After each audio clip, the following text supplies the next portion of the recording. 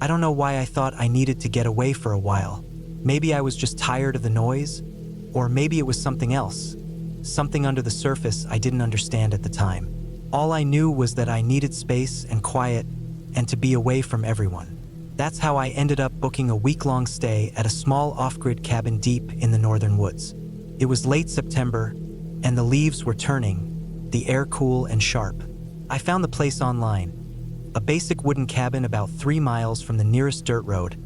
No electricity, no cell service, no plumbing. Just a wood stove, a rain barrel, and an outhouse. Exactly what I thought I needed. I arrived just before dusk, hiking the trail with a pack slung over one shoulder. The cabin was smaller than I expected. It sat alone on a slope with thick trees on all sides and an overgrown clearing that might have once been a yard. The wooden steps creaked when I climbed them, and the front door stuck before opening. Inside, it was simple. A single room with a bed on one end, a small table, a couple chairs, and a narrow counter with an old water basin and a shelf of canned food. I dropped my pack and sat down heavily. The silence pressed in, but I told myself that was part of the point. That first night, I barely slept. Every creak and groan of the wooden walls, every gust of wind outside made me sit up in the dark. I had no lights, just a headlamp and some candles, but I didn't use them much. I kept telling myself I was safe. No one knew I was out there, and nothing could reach me. It was just me and the woods. But that's what started to bother me. The quiet was too complete. I was used to background noise, cars, people, appliances humming. Out there, there was none of that. Just the sound of wind in the trees, and sometimes not even that. The forest would go dead still sometimes. Not a sound, not even birds. On the second day, I tried to settle in. I chopped some wood, swept the cabin floor, and explored a little around the area. The trail I'd come up was narrow, and the forest felt thick. I didn't go far, just enough to stretch my legs. I saw deer tracks, a few squirrels, but no people. That night, I kept the wood stove going, and the warmth helped me sleep a little better. But just before I dozed off, I thought I heard something outside. It was faint, like a branch snapping. Then another, closer this time. I told myself it was an animal. It had to be. By the third day, I was starting to feel restless. Being completely alone does something to your head. I didn't have my phone, I didn't bring any books, and I hadn't planned on how quiet my mind would get. I started noticing small things. The way the cabin walls creaked differently depending on the time of day. The soft scratching sound from the ceiling, probably mice. And the smell. It was faint, but every now and then I caught a whiff of something sour, like old sweat or wet fur. I searched around but didn't find anything. The cabin was clean, no mold, no dead animals. I tried to ignore it. That night I didn't sleep. The noises outside were louder, closer. I stayed in bed with the covers up to my chin, listening. I heard what sounded like something walking slowly through the woods. Heavy steps, then a pause, then more steps. Always stopping just before I could be sure of the direction. Then nothing. No wind, no owls, just the sound of my own heartbeat. The fourth day was colder. I spent most of it collecting firewood and trying to stay warm. I started to feel like I was being watched. I kept looking over my shoulder, certain I'd see something or someone, but there was nothing. That night, I barricaded the door with a chair. I knew it was stupid, but I did it anyway. Around midnight, I heard scratching at the back wall. It was faint at first, like a raccoon maybe, but it didn't stop. It lasted almost 2 hours. Just slow, even scratching, like fingernails or claws. By the 5th day, I was done. I packed my bag and decided to hike back early. I didn't care about the rest of the week. I just wanted to leave. The woods felt different. The trail was harder to follow. I didn't remember some of the turns. I got turned around twice and had to backtrack. After almost 4 hours of hiking, I realized I was going in circles.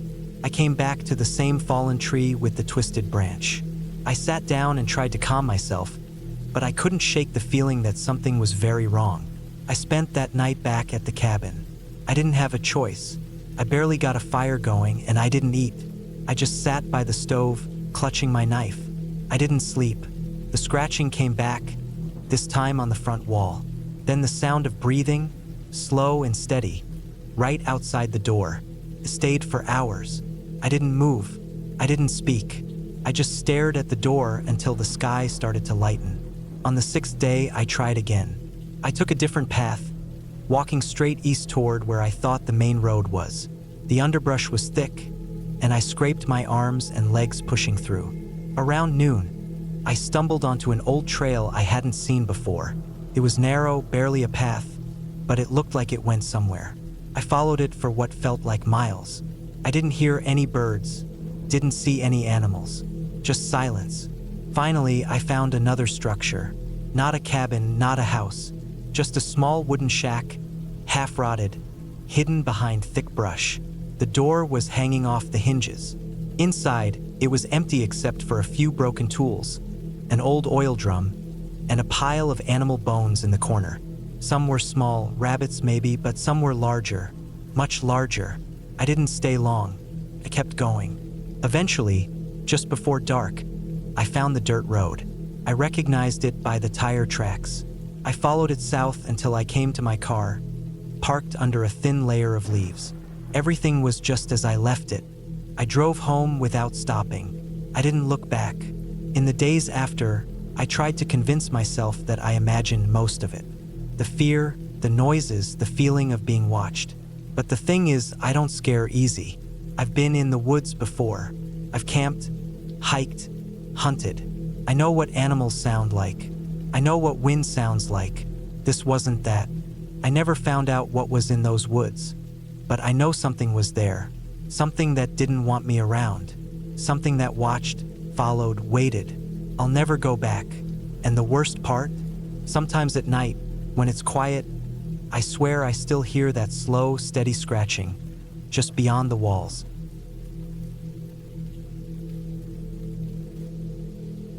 It started as a trip to clear my head. I'd been working back-to-back shifts at the mechanic shop for months, barely sleeping, barely eating right, and snapping at everyone over little things.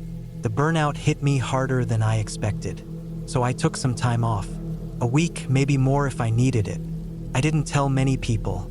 I packed up some gear, bought a week's worth of canned food and water jugs, grabbed my toolbox just in case, and headed out to an old hunting cabin my uncle used to own. The cabin sat about 40 miles from the nearest town, deep in the woods of northern Idaho. It hadn't been used in years. My uncle passed, and no one in the family bothered with it. The land wasn't worth much, and the cabin was too isolated to sell. I remembered going there once as a teenager. It was basic, no power, no plumbing, just a small wood stove, a hand pump for water out back, and an outhouse about 20 yards away. But it was solid. Heavy logs, a proper roof, and a thick door that shut tight. It seemed like the perfect place to get away. I drove in late afternoon, parking where the dirt trail got too rough to continue. I hiked the last mile with a backpack and a duffel bag. The air was cool and clean. No car sounds, no cell service, no chatter. Just birds, wind in the trees, and the crunch of my boots. The cabin was still standing, dusty and overgrown, but intact. A few broken boards on the porch, some moss on the roof, and rust on the hinges, but nothing too bad.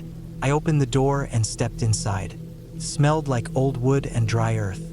A couple of mouse droppings on the floor, but no sign of anything worse. I swept, cleared cobwebs, and aired it out. The windows opened fine. I lit a lantern and unpacked.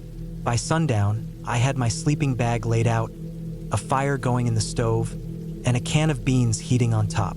That first night, I slept better than I had in months. The next day, I fixed up what I could.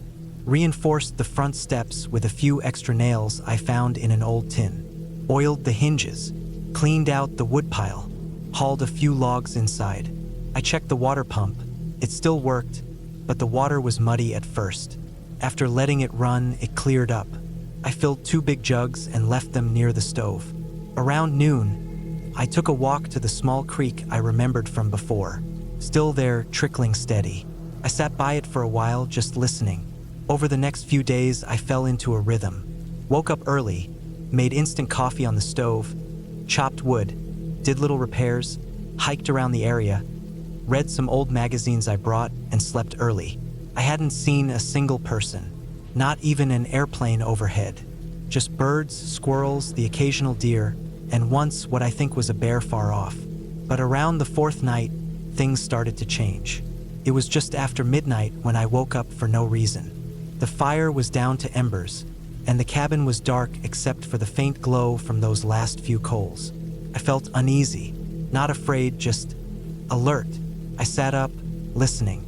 First, nothing. Just the wind outside. Then a sound. Very faint. It sounded like footsteps. Not heavy, not fast. Just a slow crunching in the leaves outside. Maybe 10 steps. Then it stopped. I stayed still, not breathing. My mind raced. Could be a deer, I told myself. Maybe an elk. But it hadn't sounded like 4 legs. It had sounded like 2. I sat there for a long time. Nothing else happened. Finally, I convinced myself it was an animal and laid back down. I didn't sleep much. The next morning, I stepped outside and walked around the cabin. I didn't see any prints at first, but then, near the pump, I saw something. A small indentation in the dirt. Barefoot. Human. Just one print. The toes weren't clear, but the heel shape was. Not huge, maybe a size 9 or 10. About my size. But I hadn't been barefoot outside. I stared at it for a while. Then I checked the rest of the ground around the cabin. No more prints. Just that one. That day I stayed close to the cabin. I sharpened my hatchet, moved some wood inside, and kept the stove going. Every little sound had me turning my head. The wind, the trees, birds flapping. Everything seemed louder, more suspicious. That night I locked the door with the heavy bolt, set the hatchet beside me, and kept the lantern burning low. I stayed awake as long as I could. Sometime after 2 a.m., I heard it again. This time it wasn't footsteps. It was a scraping, like something dragged lightly across the side of the cabin. Started near the front, then moved along the wall behind my head. Then it stopped. I didn't move, didn't breathe. My fingers were wrapped so tight around the hatchet my knuckles hurt. After a few minutes, I couldn't take it. I stood up and turned the lantern higher. Nothing outside the window. No sound. I stayed standing the rest of the night. In the morning, I checked the wall. There were faint marks, scratches. Not deep, just enough to leave a trail in the dirt and grime on the logs. Not animal claw marks. Too straight, too long. That day, I packed everything back into my bags and set them by the door. I wanted to leave, but the thought of hiking back down that trail with something maybe watching me, it didn't sit right. I told myself I'd leave at first light. I spent the day double-checking my gear, making sure my flashlight worked, putting fresh batteries in the lantern, and keeping the hatchet close. That night, it got worse. I fell asleep early, exhausted. When I woke up, the lantern was off. I hadn't turned it off. The fire had burned low, and the inside of the cabin was freezing. Then I heard it again. The scraping, this time followed by a tap. Light but clear. Tap, tap, tap. Right on the window next to the bed. I stayed frozen. My eyes adjusted slowly. I couldn't see anything out the window. Just black. But the tapping continued. Then it stopped. A moment later, it came from the other side. Top. Tap. Couldn't take it. I grabbed the flashlight, turned it on, and shone it out the window. Nothing. But when I opened the door and stepped out, the flashlight hit something small and shiny on the ground. I walked over. It was a piece of metal. A key. Not to the cabin. Not one I recognized. Just a random old key, rusted and cold. I looked around, flashing the beam into the woods. Nothing moved. No footprints. No animals. Just dark trees and snow-dusted ground. I backed inside and bolted the door. That night, I didn't sleep. The next morning, I left. I didn't eat. I didn't pack neatly. I shoved everything in my bag, left some canned food behind, and headed down the trail. Every few minutes, I looked behind me. Every little noise made me jump. About a quarter mile in, I found something hanging from a branch. Piece of rope. Fresh. Not old or rotted. Cut cleanly. Hanging about head height. Tied into a loop. I kept walking. When I got back to the car, it was untouched. I threw my bag inside, started it up, and drove. I didn't stop until I hit the main highway. Didn't even check my mirrors. I never went back. I never told anyone the full story. I still don't know who was out there or what they wanted. All I know is that someone had been watching. For how long, I don't know. But it wasn't some ghost story. It was real. And sometimes, late at night, when I think about it, I wonder one thing. How long had they been staying quiet, watching me through the trees?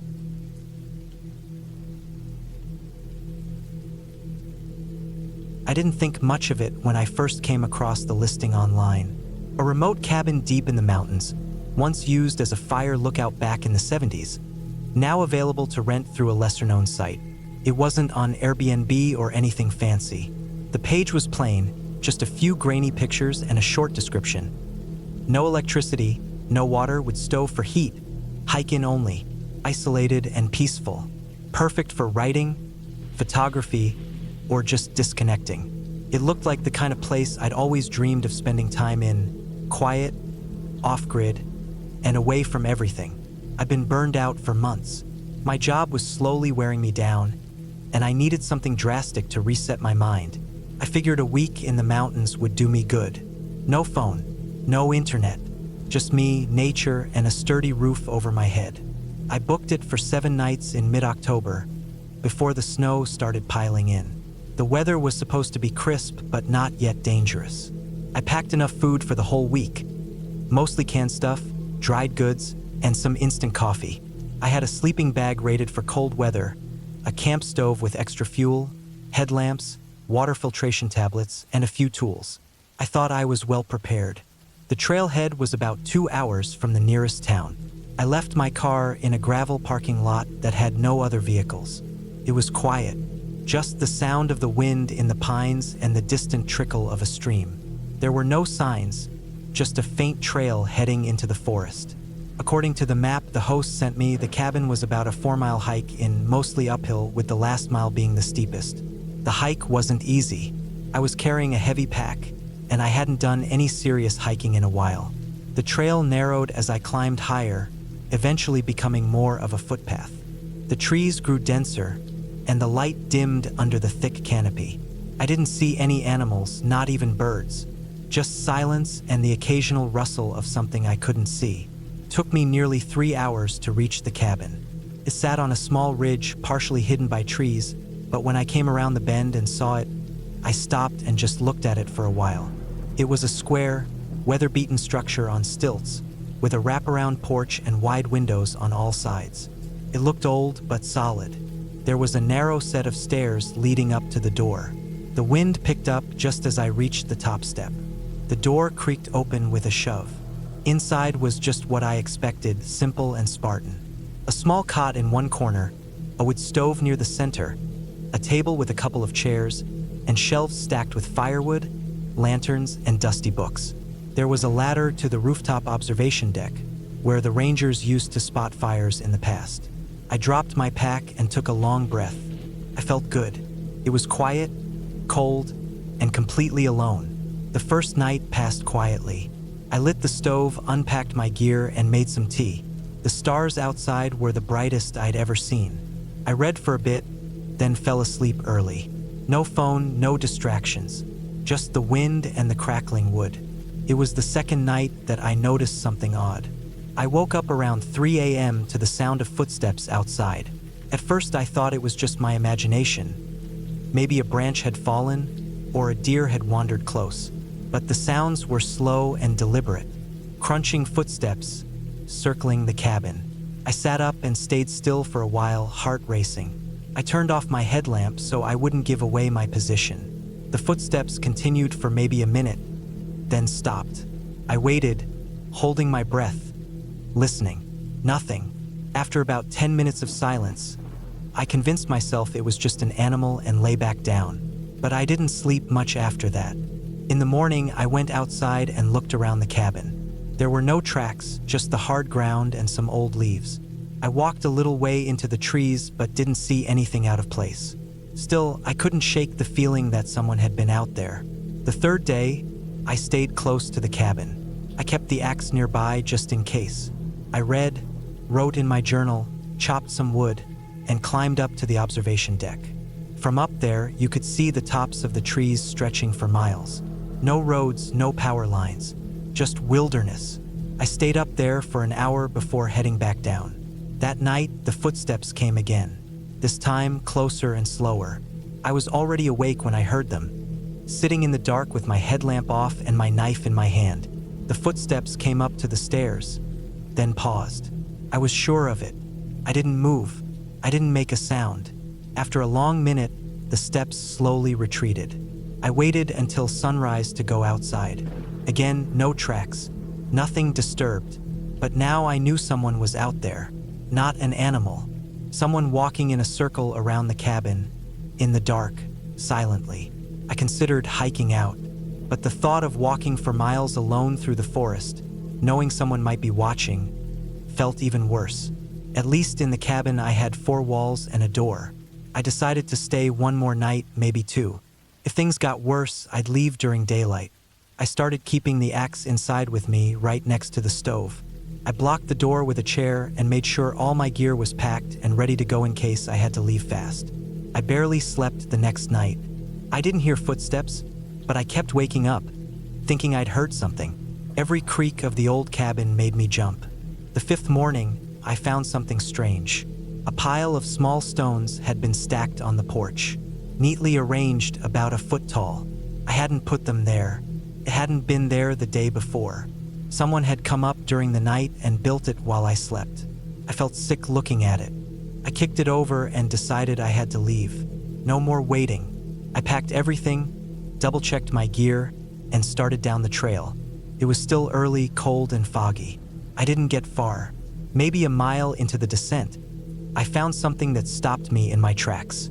A small dead bird, hung by its feet with string from a low branch. Its body was fresh. No smell, no insects, just hanging there like a warning. I looked around, heart pounding. Nothing but trees and fog. I turned and hiked back to the cabin. I locked the door behind me and didn't go back outside the rest of the day. I felt trapped but safer than being out in the open. I didn't have cell signal, no radio, nothing to call for help. I thought about trying to light a signal fire, but it was overcast and damp. I doubted it would work, and I didn't want to draw even more attention. That night, I didn't sleep at all. I sat in a chair with the axe on my lap, staring at the door. Hours passed. Around 2 a.m., I heard something move on the roof. Just a small shift, like weight being adjusted. Then it was silent again. I climbed the ladder slowly and peeked through the hatch to the observation deck. It was empty. The air was freezing, and the trees swayed below. I closed the hatch and locked it behind me. On the 6th morning, I found another pile of stones. This time, it was inside the cabin, right in the middle of the floor. I didn't hear the door open. I had it blocked with a chair, but it was there. I dropped to my knees, staring at it. I felt like I was losing my mind. I checked my bag. My knife was missing.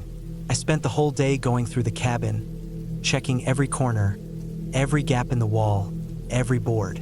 I didn't find any openings, but I noticed something new. The window on the north side had been slightly cracked open. I had kept them all shut to keep out the cold. I closed it again and nailed a plank over it using one of the loose boards from the shelf. The last night was the worst. Around midnight, I heard soft tapping on the walls. First one side, then another. No footsteps, just gentle taps, like someone running their fingers along the wooden boards. I sat in total silence, not even breathing loud. Then came the sound of something being dragged. Something heavy. I didn't know where it was coming from, outside or below or above. It moved slowly, circling. Then it stopped. And then the scratching started. Not loud, not violent, just slow, methodical scratches on the back wall of the cabin. I couldn't take it anymore. I jumped up, grabbed my headlamp and axe, and threw open the door. My breath turned to steam. I shined the light in every direction. Nothing. I walked around the cabin, light shaking in my hand. There were no footprints, no signs of anyone, but I could feel it. Something was out there, watching. I didn't go back inside for a while. I just stood on the porch, turning in circles, trying to catch a glimpse, but I never saw anything. When the sun finally came up, I left. I didn't pack. I just grabbed what I could and started walking. My legs were stiff, my eyes burning from lack of sleep. I made it to the trailhead in under 2 hours. I never looked back. My car was still there. Nothing had been touched. I drove straight to the nearest town and booked a cheap motel. I stayed inside for 2 days, just lying in bed, trying to sleep, trying to calm down. I didn't tell anyone. I didn't want them to think I was crazy.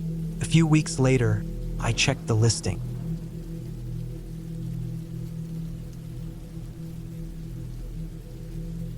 I decided to isolate myself to finish my thesis. It was supposed to be the final push. I had dragged the project along for almost a year longer than I should have, and the distractions of the city, the noise, my phone, social media, and just everything around me were all keeping me from finishing the one thing I needed to graduate. So I looked up remote cabins on a vacation rental site. I filtered for places with no Wi-Fi, no TV, no nearby neighbors. I wanted silence. I wanted nothing else to do but write. I found the perfect one. It was about a 4-hour drive into the northern part of the state, tucked deep in the forest near a place called Hart's Hollow. I had never heard of it, and I didn't care.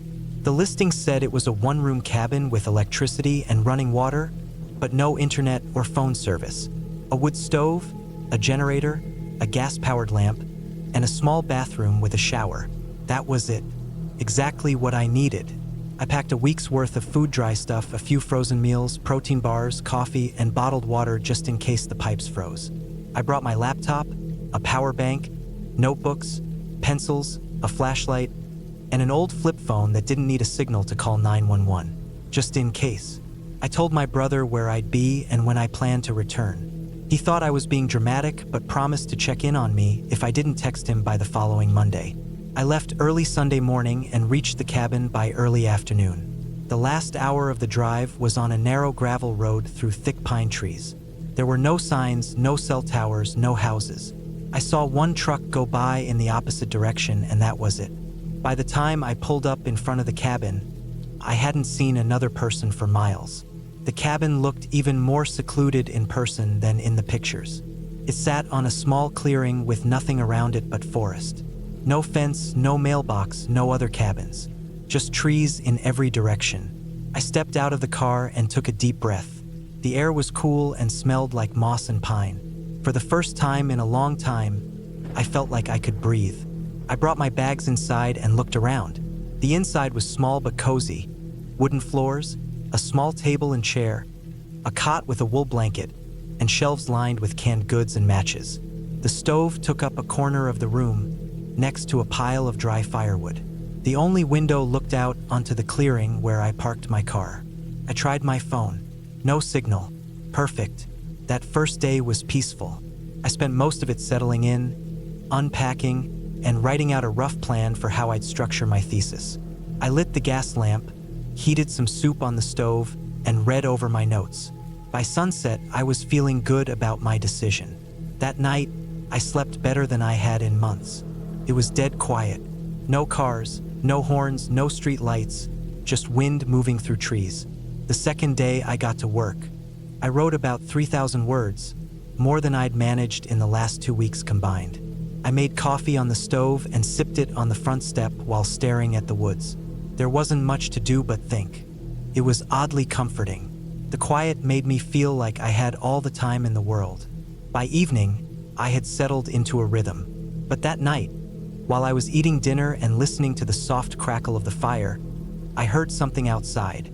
It wasn't loud, just a branch snapping. I paused and looked at the window, but couldn't see anything.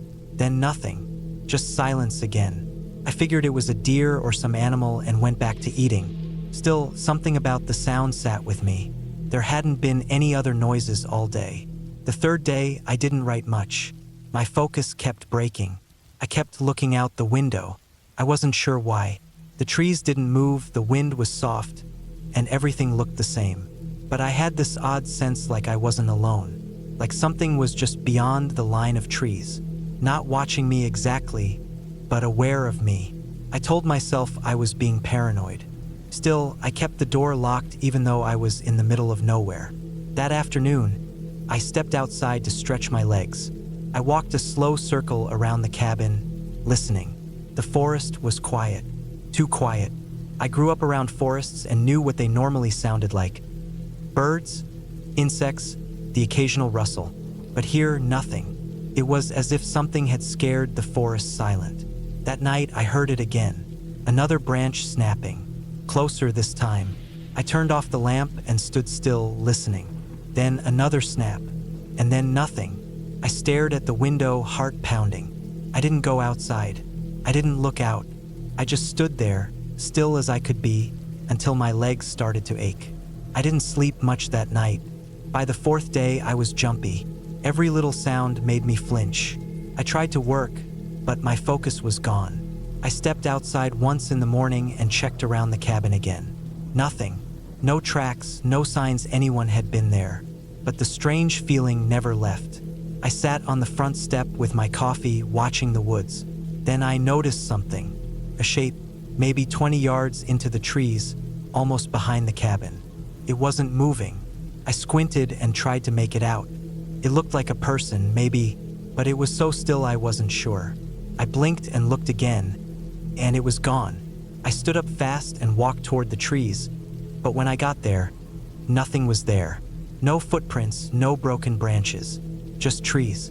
I stayed close to the cabin the rest of the day. I kept the fire going and didn't go out after sunset. I locked the door and pulled the curtain over the window. The wind picked up that night. Every creak of the cabin felt louder. I didn't light the lamp. I just sat in the dark, listening. Around midnight, I heard a soft knock on the back wall. Just once. It was so faint, I almost convinced myself I imagined it. But then I heard another. Then silence. I didn't move. My body was stiff with fear. I had a hunting knife in my bag. Not that it would have helped. I waited for hours before I finally drifted into an uneasy sleep with the knife in my hand. By the fifth day, I was done pretending I wasn't scared. I packed my bag, ready to leave. But when I went outside, I saw something that made me stop cold. There were boot prints in the mud behind the cabin. Fresh ones. I had been the only one there. I checked the area again, shaking. The prints circled the cabin once, then disappeared into the woods. I didn't even hear anyone the night before, but they'd been right there. I jumped into my car and started it, heart racing, but the tires spun. I had parked on a slight slope, and the rain overnight had turned the ground soft. I got out and tried to wedge sticks and rocks under the tires, but it didn't help. My car wasn't going anywhere. I had two options: wait out the rest of the week or try walking to the main road. The listing had said the closest town was 15 miles away, and the road was rough. I decided to wait until morning to see if the ground dried. I still had food. I still had the flip phone. That night was the worst. I didn't light the fire. I didn't light the lamp. I just sat in the dark. Around 2 a.m., I heard something again. This time it was footsteps, slow, deliberate, coming from behind the cabin. I didn't breathe. Then they stopped. I waited. A few minutes passed. Then I heard scratching, light like fingernails on wood. Not on the door, but on the back wall. I froze. Then silence. Then nothing. I waited until morning, knife in hand. When the sun came up, I stepped outside. I checked the back wall. There were marks, scratches, not deep but real, fingernail-sized. I tried the car again. This time it moved. The ground was firm enough now. I didn't even go back inside for my last bag. I just left. The road felt longer this time. I kept checking the rearview mirror. I didn't stop until I hit the highway. When I finally got signal again, I pulled over and called my brother. My voice was shaking. Later, when I looked up the area online, I found an old forum post from a hiker who had passed through Hart's Hollow 10 years earlier. He said he camped in the woods near an old trail and woke up one night to find someone watching him from the trees. He packed up and left the next morning. The post had no replies. I don't know who was out there. I don't know what they wanted. But I know I wasn't alone. And I won't go back.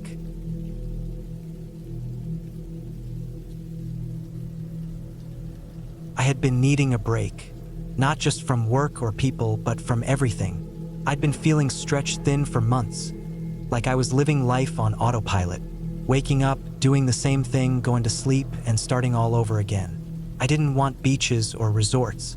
I wanted silence. I wanted trees, air, and the kind of quiet you only get when no one is within shouting distance. A friend had told me about a cabin in northern Idaho. Not a rental, not on Airbnb, just a place someone's uncle owned. Said it was isolated, clean enough, stocked with the basics, and totally off-grid. The idea hooked me immediately.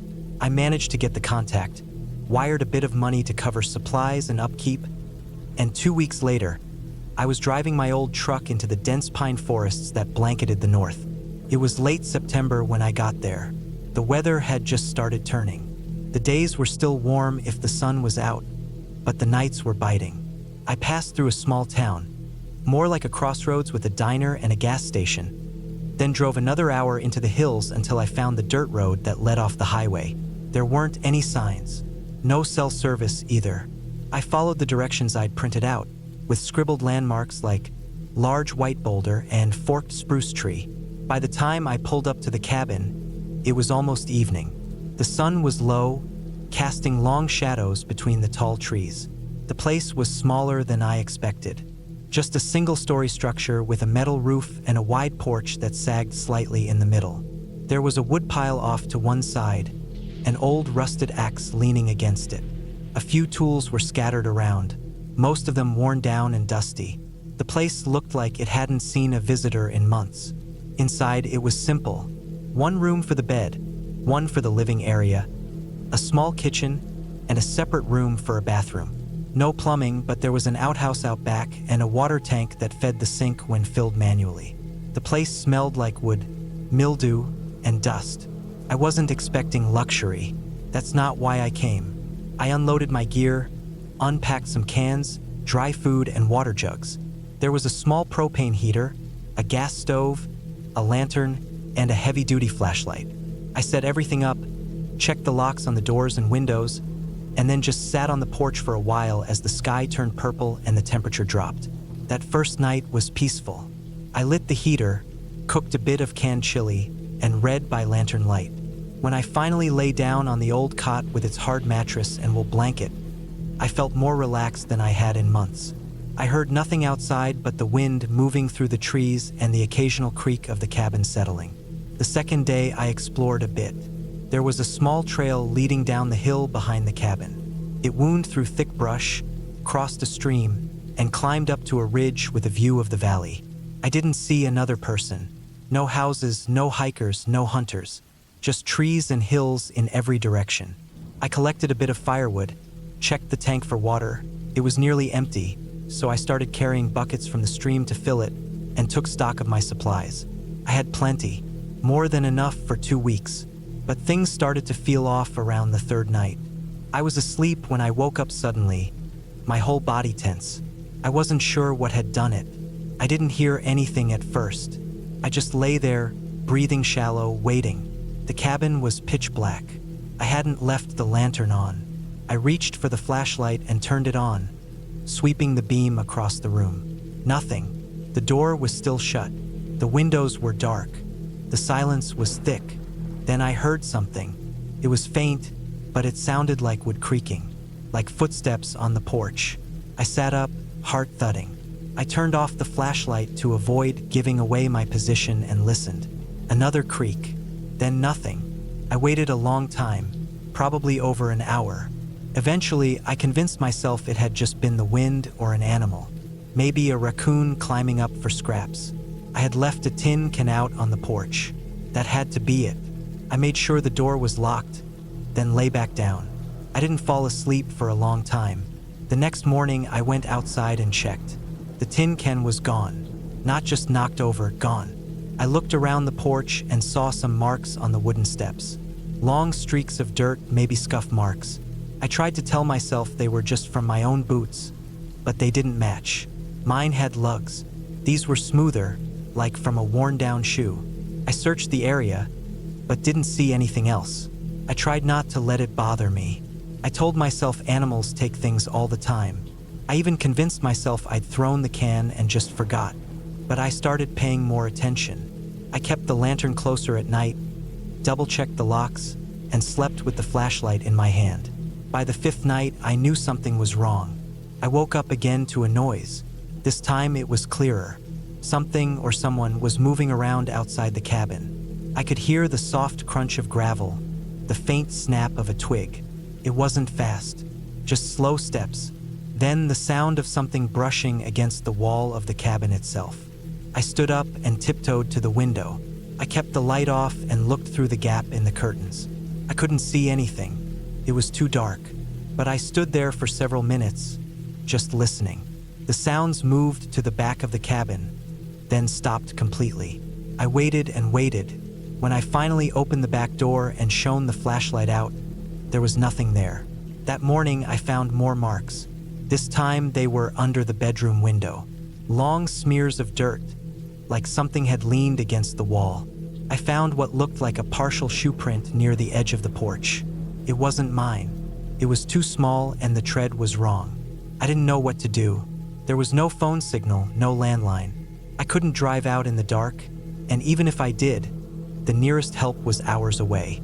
I thought about packing up and leaving, but I kept telling myself it was just my imagination, that I was overreacting. I had wanted isolation. Well, this was it. But the next night broke that illusion completely. I had just settled in bed when I heard something again. This time it wasn't outside. It was inside. It started with a faint thump, then another. I thought it was the heater clicking as it cooled down, but then I heard a soft scrape, like wood dragging on wood. I sat up, not breathing. The flashlight was under my pillow.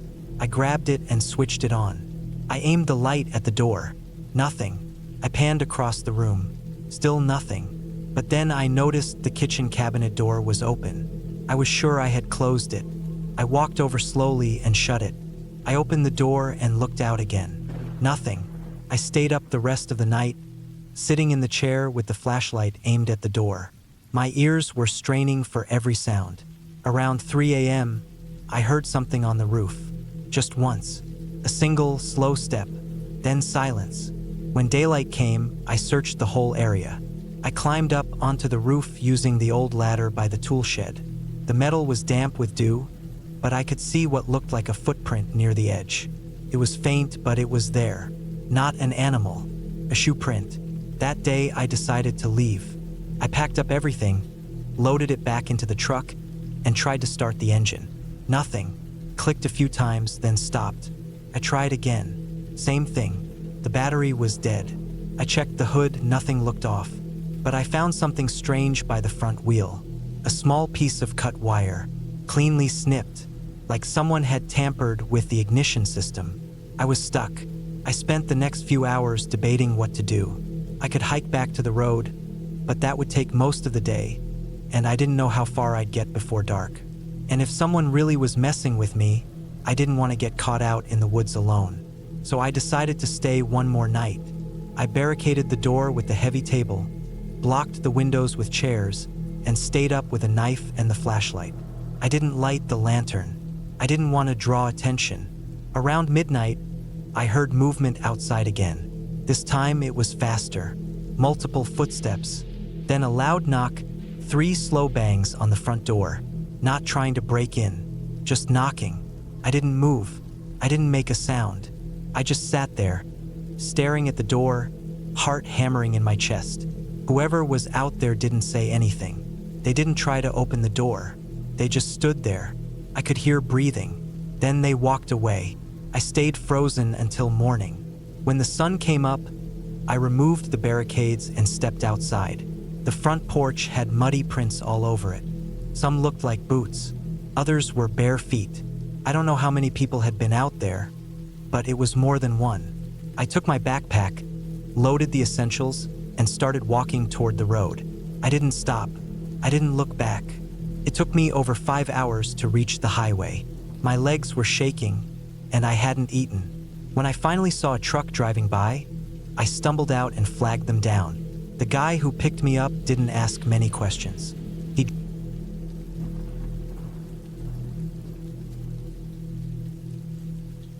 For the past few years, life in the city had been eating at me. I'd quit my job to try and write full-time, but the noise, distractions, and general chaos of city life had made it impossible to focus. I'd always told myself that if I could get away, somewhere quiet, somewhere isolated, I could finally finish something. I didn't need much, just a roof, a table, electricity if possible, and some peace. So I found a cabin online. It was in the northern part of the state, a few hours from the nearest decent-sized town. No Wi-Fi, no cell signal, no neighbors. It was owned by some older man who had inherited the land from his father and was renting out the cabin for cheap. I think most people passed on it because of how remote it was, but that's exactly what I wanted. He warned me in his email that the area was rough, that weather could change fast, and that there wasn't much around in case I needed help. That only made me want to go more. I drove up early in the week. It was mid-October, right before the cold really settled in. The trees were orange and red.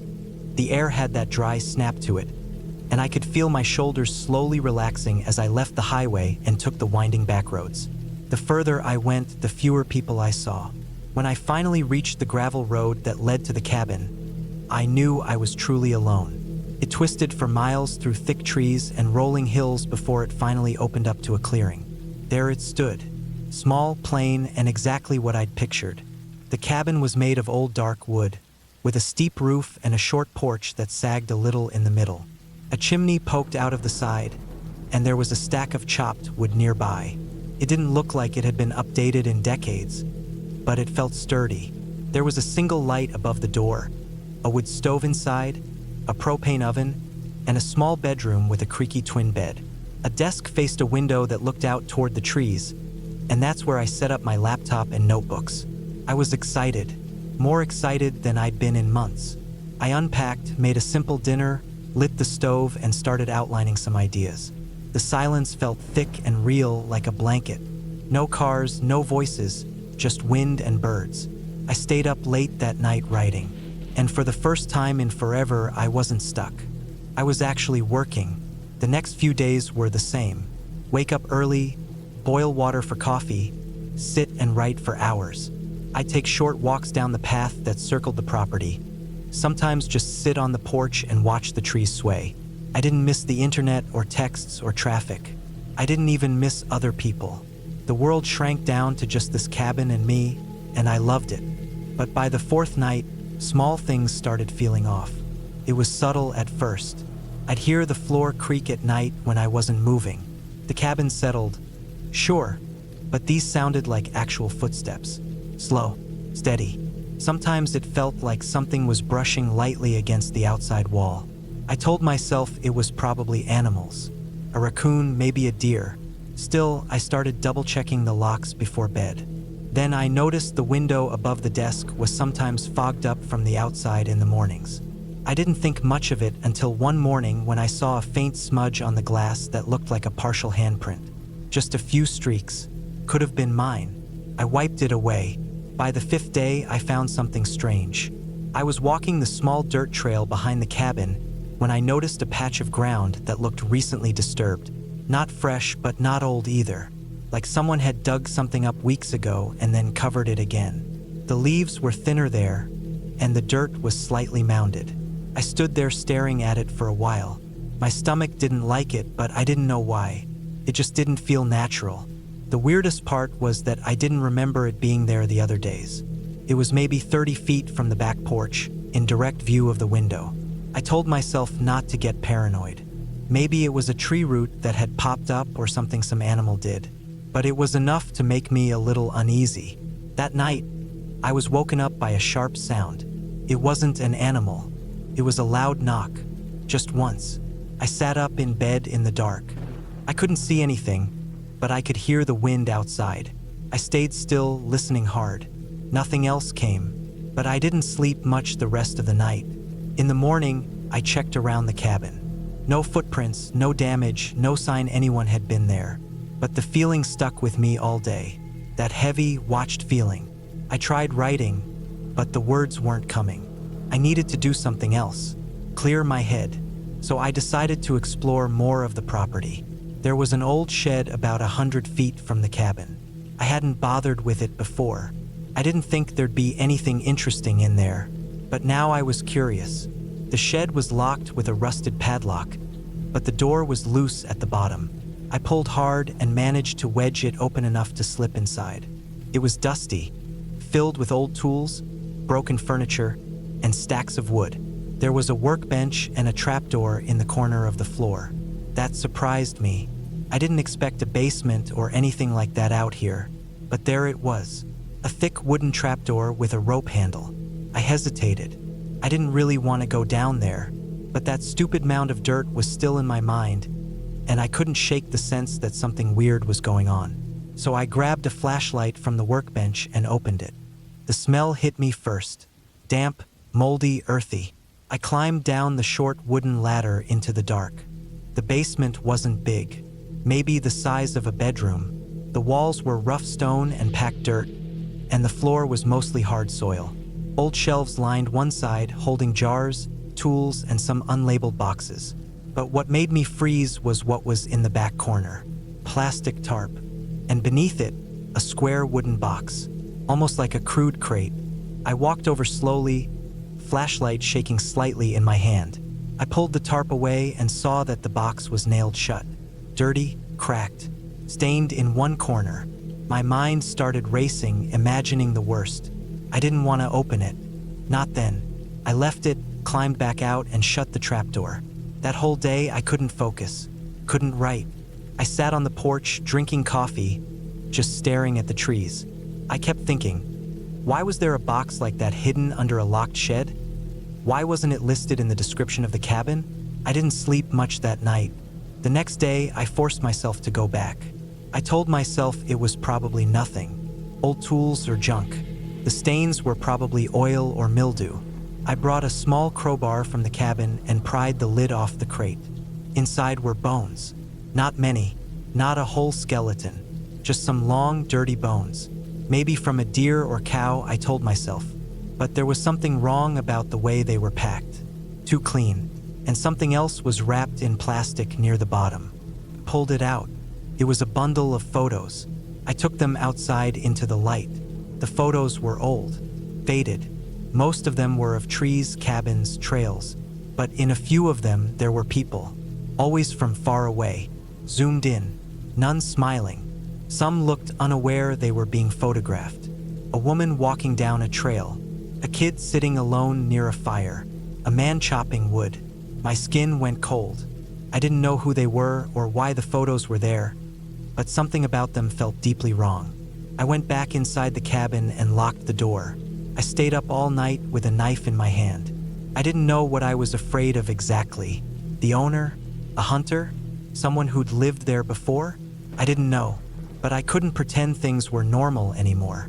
The next morning, I decided to leave. I packed everything in less than 20 minutes. Threw it all in my car. But when I turned the key, nothing happened. The battery was dead. I cursed out loud and tried again. Nothing. I checked the battery when I arrived. It was fine. I hadn't even used the car. How did it die just sitting there? There was no one around. No signal to call for help. The closest town was over 10 miles away through thick woods. I had no choice. I filled a backpack with water and food, grabbed a flashlight, and started walking. The forest felt different now. The silence wasn't peaceful anymore. It was suffocating. I kept thinking someone was behind me. I stopped every few minutes to listen. Nothing, but I couldn't shake the feeling. My steps got faster, my breathing louder. I walked for hours. My legs were shaking by the time I saw the old road. Relief flooded me, but it didn't last long. That's when I saw the truck, parked along the shoulder, old, dented, with the same logo that was stamped on the paperwork from the cabin rental site. It was the owner's truck. The driver's door was wide open. I stopped moving. Something about it looked wrong. The way it was angled, like it had stopped in a hurry. I walked slowly toward it and peeked inside. No one there, but the seat was stained. Not fresh, but dark, like something had soaked into it over time. I turned and ran. I don't know how I made it to the edge of town. Took me almost the entire day. I flagged down a passing car on the main road, looking like a wild animal.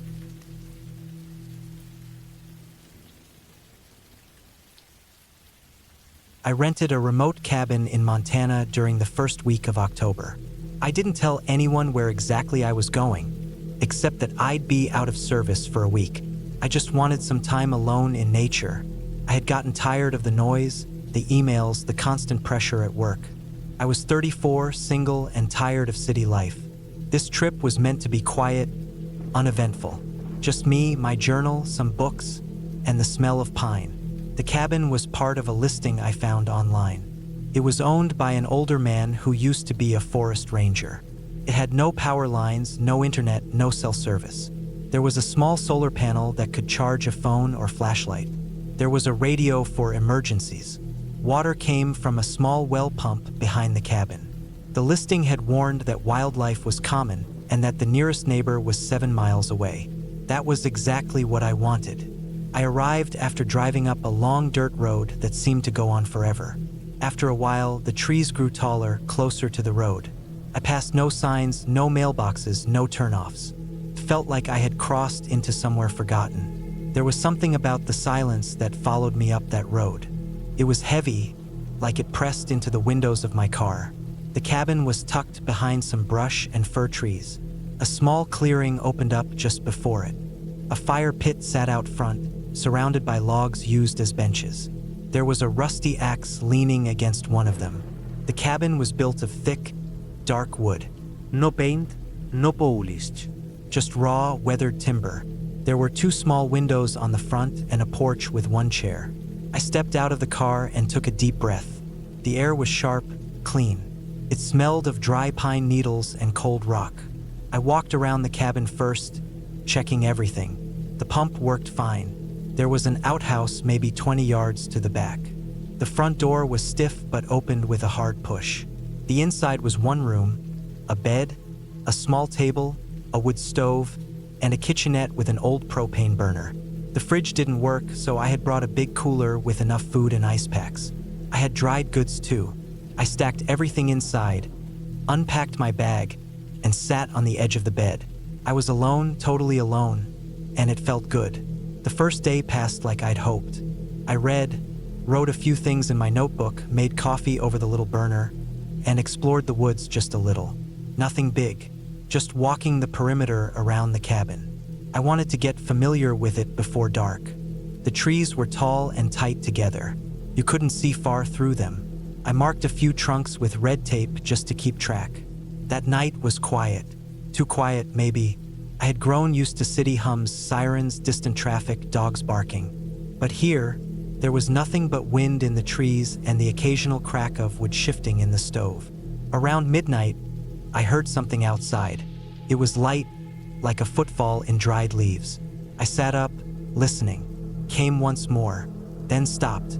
I told myself it was probably a deer or a raccoon. I didn't open the door, just waited. Eventually, I fell back asleep. The next morning, I checked the area around the porch.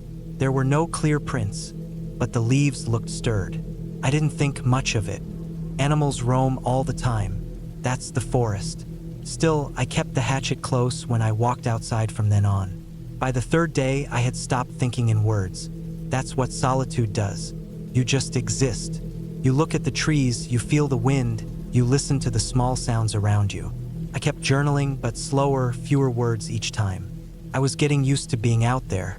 It almost felt like I could stay for longer than a week.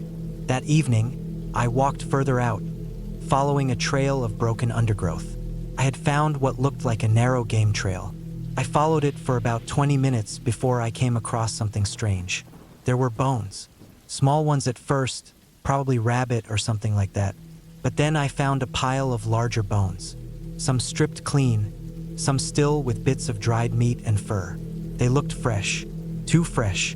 There were also beer cans nearby, crushed and rusting. It didn't make sense.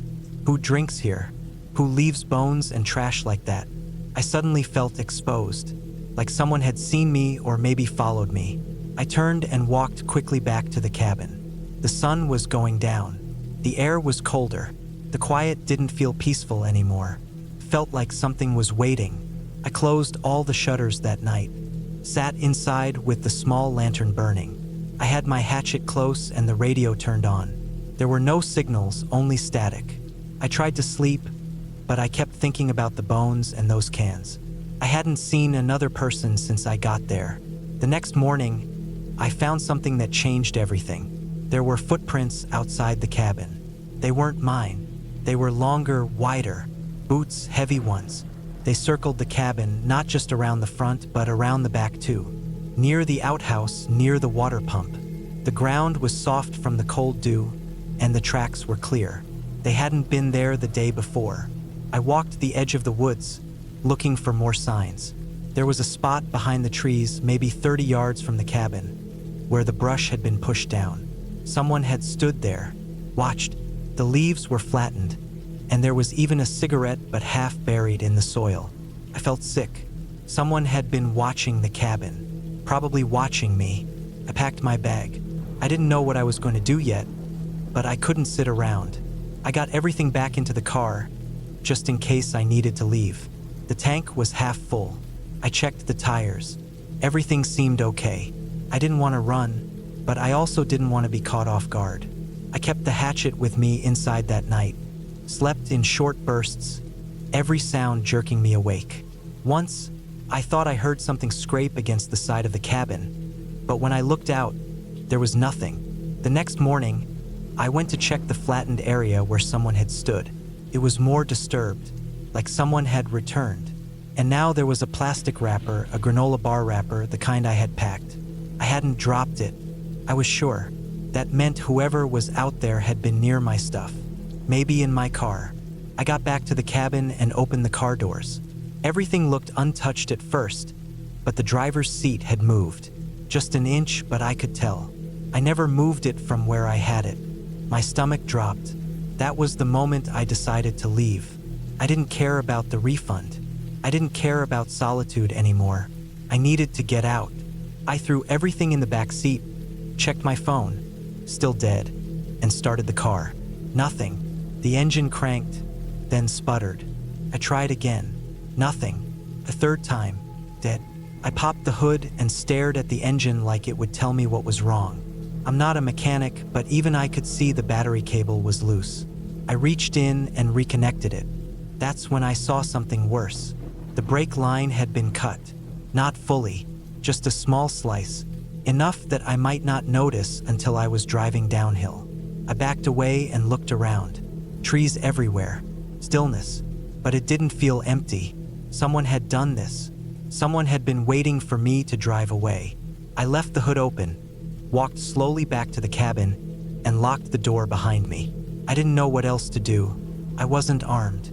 The radio had no signal. My car was useless. I had no idea where the nearest help was, and if someone was stalking me, heading into the woods felt like suicide.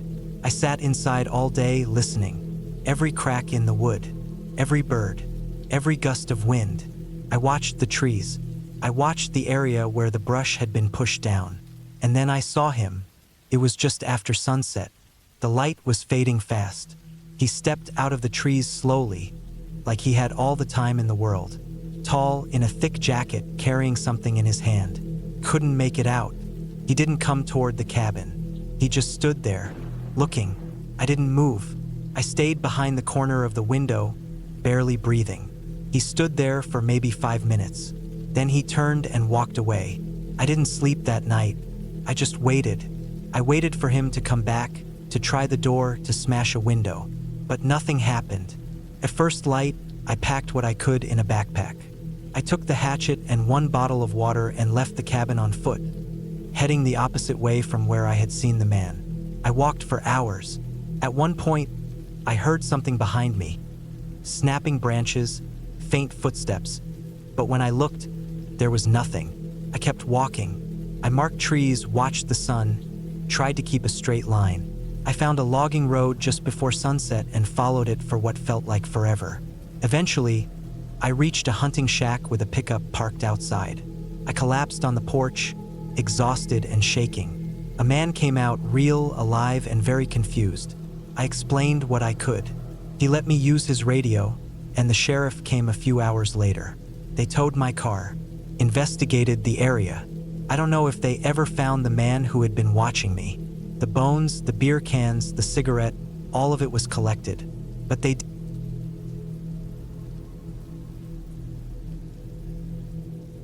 I rented a small, remote cabin deep in the mountains of Montana in late October. The place was about 3 hours from the closest town and over an hour from the nearest paved road. I had found it through an old outdoors forum where someone had posted GPS coordinates and a few grainy photos, calling it a hidden gem for solitude. That was exactly what I was looking for. I wanted to get away from everything, no phone, no people, no noise. I arrived late in the afternoon. The road that led to the cabin was barely more than a dirt trail, winding through thick pine forests and across small creeks. My old SUV struggled up the final hill, wheels slipping on the loose gravel. The cabin sat in a small clearing, surrounded by dense woods on all sides. It was a single-story log structure with a rusted tin roof and a stone chimney. The front porch sagged a little and the wooden steps creaked, but it looked sturdy enough. There was no electricity, no running water, and no cell signal. That was fine with me. Inside, the place was dusty and cold. The air smelled of old wood and something faintly metallic, maybe rust. There was a small wood stove in the corner, a rough kitchen area with a hand pump for water, and a single bed against the far wall. A narrow hallway led to what I assumed was a small bathroom or closet. I unpacked my bags, lit a few candles, and started a fire in the stove. The heat came slowly, but it felt good against the chilly mountain air. That first night, I slept deeply. There were sounds outside, branches snapping, the occasional call of a bird or something moving through the brush. But I was used to that. I had spent time in the woods before. I felt safe. The second day, I explored the area around the cabin. There were no trails, just game paths and open forest. I hiked for hours, marking trees with ribbons so I wouldn't get lost. The terrain was steep in places and covered in pine needles and thick underbrush. I saw elk tracks and what looked like a bear print near a small stream. That made me a little nervous, but I had bear spray and a sidearm. Still, I kept my hikes shorter after that. When I returned to the cabin that afternoon, something felt off. I couldn't explain it. Everything looked the same, nothing was disturbed. But the air inside felt different, like someone had opened a window even though none were open. I shook it off. Maybe it was just in my head. That night, I woke up around 2 a.m. The fire in the stove had burned down to glowing coals. The cabin was cold. I sat up to add more wood and froze. I heard movement outside, not just an animal rustling through leaves, but footsteps. Slow, deliberate steps, crunching on the gravel just beyond the front porch. I waited, holding my breath. The steps stopped, then silence. I stayed like that for at least 20 minutes, listening. Eventually, I got up and looked out through the front window. Nothing, just trees, shadows, and the faint outline of my SUV. I didn't sleep well after that. The next morning, I went outside to check. The gravel near the steps had clearly been disturbed. Not footprints exactly, but indentations like someone had been standing there for a long time. I told myself it was probably an animal, maybe a deer, but it didn't sit right with me. The days passed slowly. I stayed close to the cabin. The noises at night continued. Sometimes footsteps. Other times it sounded like something brushing against the walls or tapping on the windows. I kept the fire going through the night and stayed armed. But I never saw anything. One afternoon, while chopping firewood, I found something strange behind the cabin. There was a tree with deep scratches on the bark, far too high for a bear, maybe 7 or 8 feet off the ground. The marks were wide and deep, as if made with a blade or claws. The tree had also been stripped of bark in a long vertical line. I stood there staring at it for a while, then backed away. Later that evening, I checked the perimeter again and noticed something else. Small piles of stones, like tiny cairns, placed at the edge of the clearing. 4 of them evenly spaced. I hadn't put them there. They hadn't been there before. That night, I didn't sleep. I sat in the chair by the stove with the gun in my lap. Around midnight, I heard it again. This time, it wasn't footsteps. It was breathing. Slow, steady, deep breathing, right outside the back wall of the cabin. I felt it in my chest. The stove popped loudly as a log shifted and the breathing stopped. Then came the footsteps again, circling the cabin. I held the gun tightly, heart racing. Just before dawn, I finally drifted off.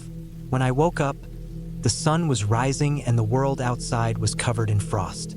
I stepped outside, and all 4 stone piles were gone. Not knocked over, gone. I packed my things that morning. I didn't care if I had booked the cabin for a week. I loaded the SUV and started back down the trail. It took longer than I expected. Fallen branches blocked part of the path and I had to stop several times to move them. At one point, I found a dead deer partially buried in leaves, as if someone had tried to hide it. The smell was strong and fresh. I drove without stopping until I hit pavement. Then I kept driving until I reached a motel near the interstate. I slept with the lights on that night. Back home, I looked up the forum where I had found the cabin listing. The post was gone. No archived version, no cached page. I emailed the admin, but never got a reply. The GPS coordinates led to a blank spot on the map. Nothing marked. I still don't know who or what was out there with me. I don't know what the scratches meant, or the stones, or the breathing, but I know it was real. I know something was watching me. I haven't been camping alone since, and I never will again.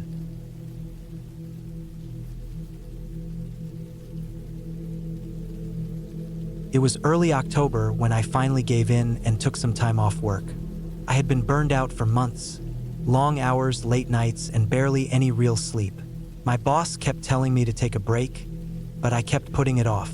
Eventually, after a long week that ended with a tension headache and 3 missed calls from my mom asking if I was still alive, I opened a browser and booked a small cabin in northern Idaho. It was cheap, almost too cheap. The place was listed as off-grid, quiet, surrounded by woods. No cell signal, no Wi-Fi, no nearby neighbors. That sounded perfect to me.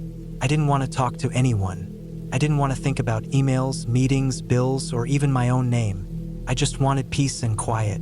Maybe a few good books and some hikes. I packed a duffel bag with clothes, brought a couple of thick paperbacks, and loaded my old Subaru with groceries. Mostly cans and dry food. I had no idea what kind of stove the cabin had, if any, so I brought a portable propane burner just in case. It was about a 5-hour drive from my apartment. The last hour was on gravel roads that wound through tall pine trees and steep hills. I didn't see a single other car. When I pulled up to the cabin, the sun was low, casting long shadows between the trees. The cabin was smaller than I expected. It was made of grayish wood that looked weathered but sturdy. There were a couple of wooden steps leading up to a porch, and one window on the front, beside a heavy-looking door. Inside, it was one open room with a cot, a wood stove, a small kitchen area with an old propane fridge, and shelves stocked with matches, candles, and some tools. There was a small bathroom in the back with a composting toilet and a pump sink. No mirror, no running water except what was stored in big jugs by the sink. No electricity. It was perfect.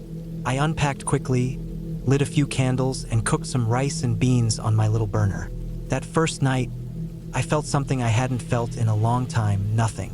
Just quiet. No voices. No vas. Just wind outside and the occasional creak of wood settling. I went to sleep early and woke up late. The first 2 days passed like that. I read. I hiked short trails that looped behind the cabin. I cooked simple meals and went to bed when the sun set. I wrote in a notebook and didn't think about anything more than the trees and the clouds. There were no animals except the occasional rustle of birds and squirrels. I didn't even see deer. It was empty, quiet, still. By the 3rd day, I started to get restless. I wanted to explore farther. I took a longer trail, one that didn't loop back but seemed to go deeper into the woods. I packed water, jerky, and a flashlight just in case. The trail narrowed and sometimes disappeared completely under leaves and branches. I followed it for maybe 2 hours before I found a clearing. There was nothing special about it at first. Just a wide open space. No trees, just grass and dirt. But near the edge of the clearing, something caught my eye. The ground looked disturbed. Not fresh, but like it had been dug up and put back a long time ago. There were small patches of dead grass and uneven mounds. I stood there for a while, trying to figure out what I was looking at. It didn't look like animal burrows. It was too wide and too deliberate. There were straight edges under the grass, like someone had used a shovel.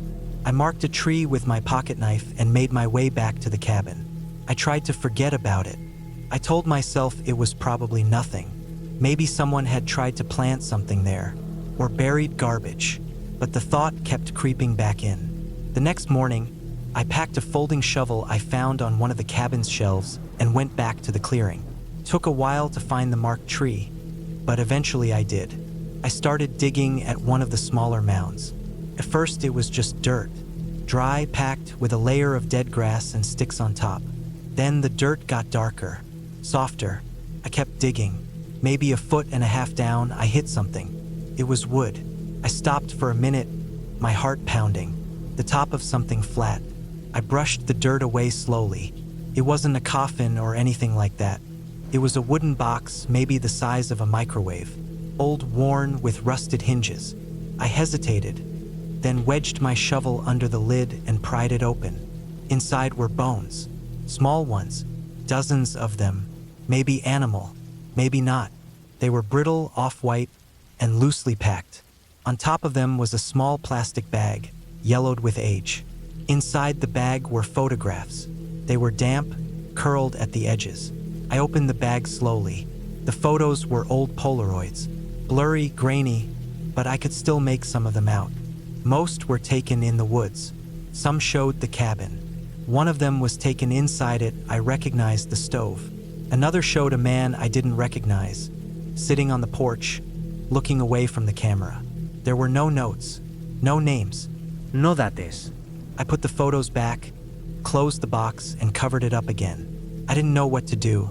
I told myself they were probably animal bones. Maybe a hunter lived out here years ago and buried remains. But the photos didn't make sense. I didn't sleep well that night. I kept thinking about the man in the photo. Who took the picture? Why was it buried? The next day, I went back to the clearing and dug up another mound. This time there was no box, just a thick plastic tarp, rolled up and tied with rope. I cut it open. Inside were more bones, bigger this time, too big to be animal. There was a boot too, faded and cracked, still laced. I stood there for a long time. I didn't take anything with me. I covered it back up and walked back to the cabin in silence. My mind was spinning. I tried to tell myself it was nothing, that I didn't know for sure what I saw, that maybe it was just old junk, buried by someone years ago. But that didn't explain the bones, or the photos. That night, I locked the cabin door for the first time. The next morning, I woke up to something strange. Footprints, not mine. They were outside the cabin, in the dirt and dry leaves. Clear, deep prints, boot prints larger than mine.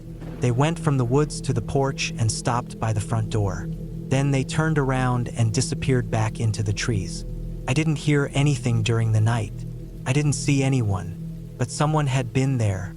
I packed my bag that morning and started to leave. I didn't want to be there anymore. I didn't care about the bones or the box. I didn't care if it was a crime scene. I just wanted to get out. But when I started the car, the engine clicked and died. I tried again. Nothing. I opened the hood. I don't know much about engines, but I could tell something was off. Wires were cut. Not chewed, not worn out. Cleanly cut.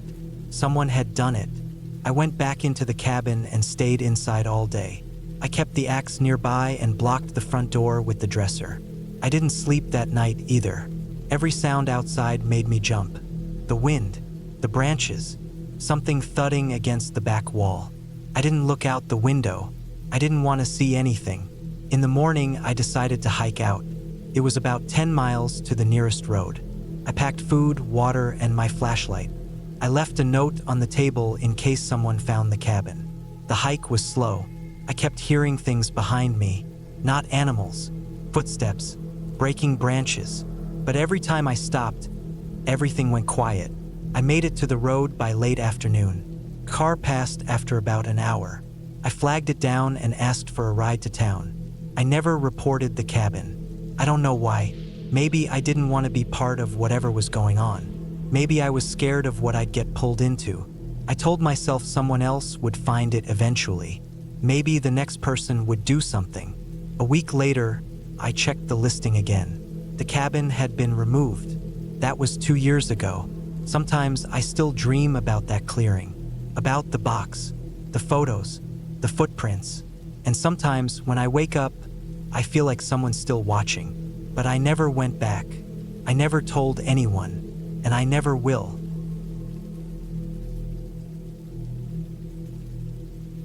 I decided to take a break from work after months of pressure building up.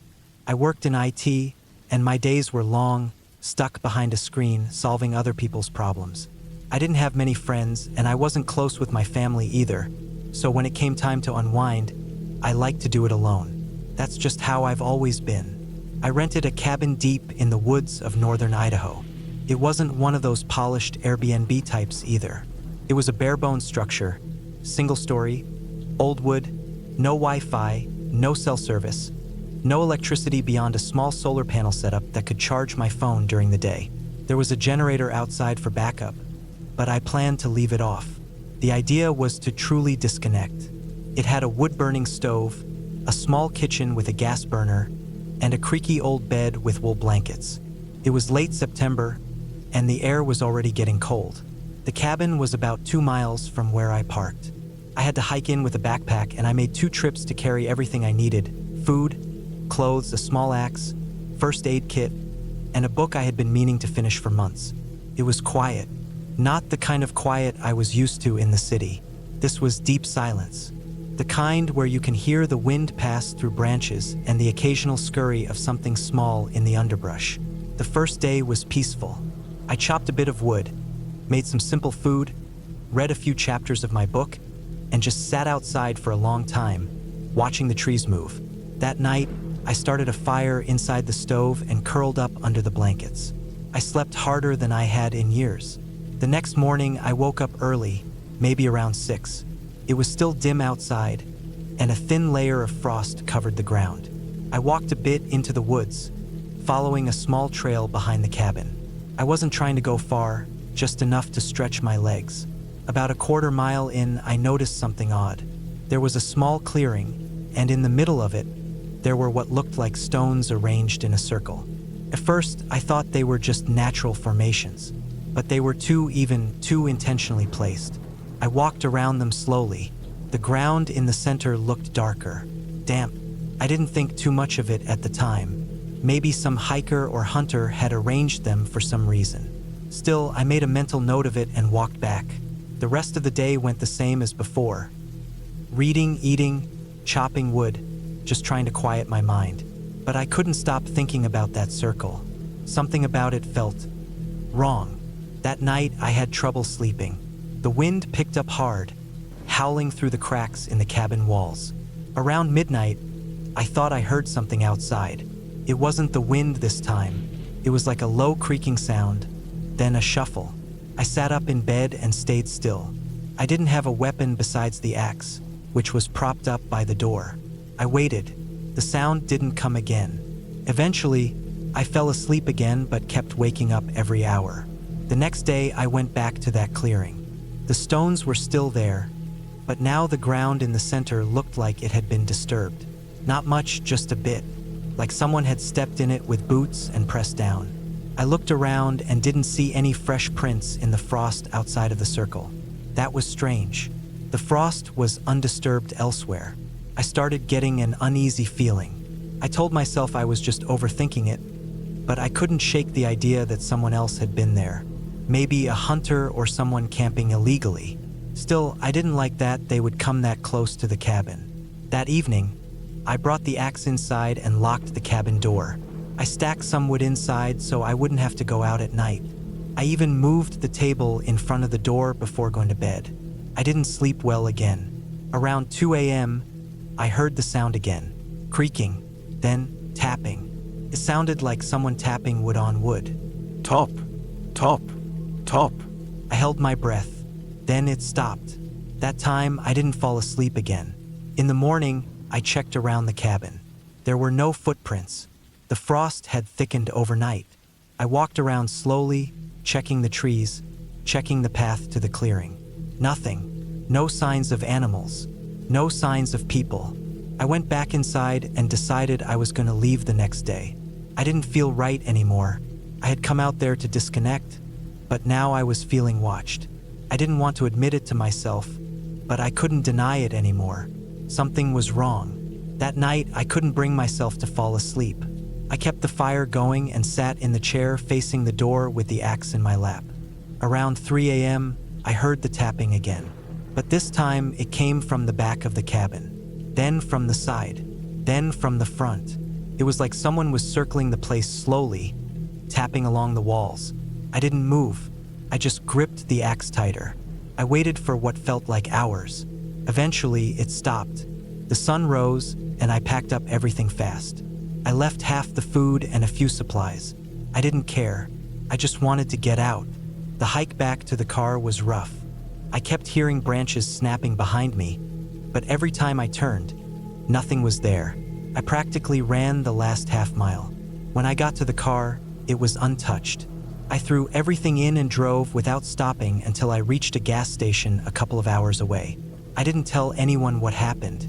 I didn't write a review for the cabin. I didn't even look at the booking site again. I just went back to work, back to the screen, back to the city. Weeks later, I decided to look at the area on a satellite map out of curiosity. I found the clearing. The stone circle was visible, but that wasn't what stopped me cold. About 100 feet from the circle, almost completely covered by trees, there was what looked like an old shack or shelter. I hadn't seen it while I was there. I stared at it for a long time. It had no path leading to it. It wasn't marked on any map, and it was closer to the cabin than I realized. I never went back. I never will. Something or someone was out there, and I don't think they liked me being that close. The whole trip was supposed to help me escape stress, but it only made me realize how thin the line is between being alone and being truly vulnerable. That place made me feel like prey, and I was lucky to leave when I did. I've taken breaks since then, but only in hotels, with people, with lights, and with doors that lock solidly.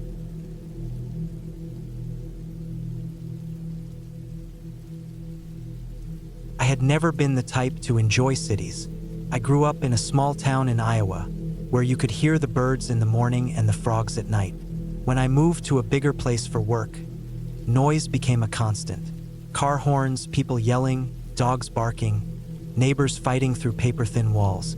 After almost 2 years of that, I felt my nerves getting worn down. I'd snap at little things, couldn't sleep properly, started drinking more than I should just to quiet my head.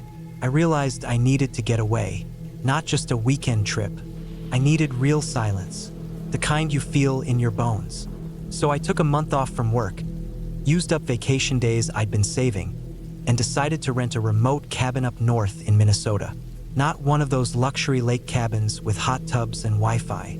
I wanted a place with no phone signal, no people, nothing. Just trees and wind and maybe the sound of a creek.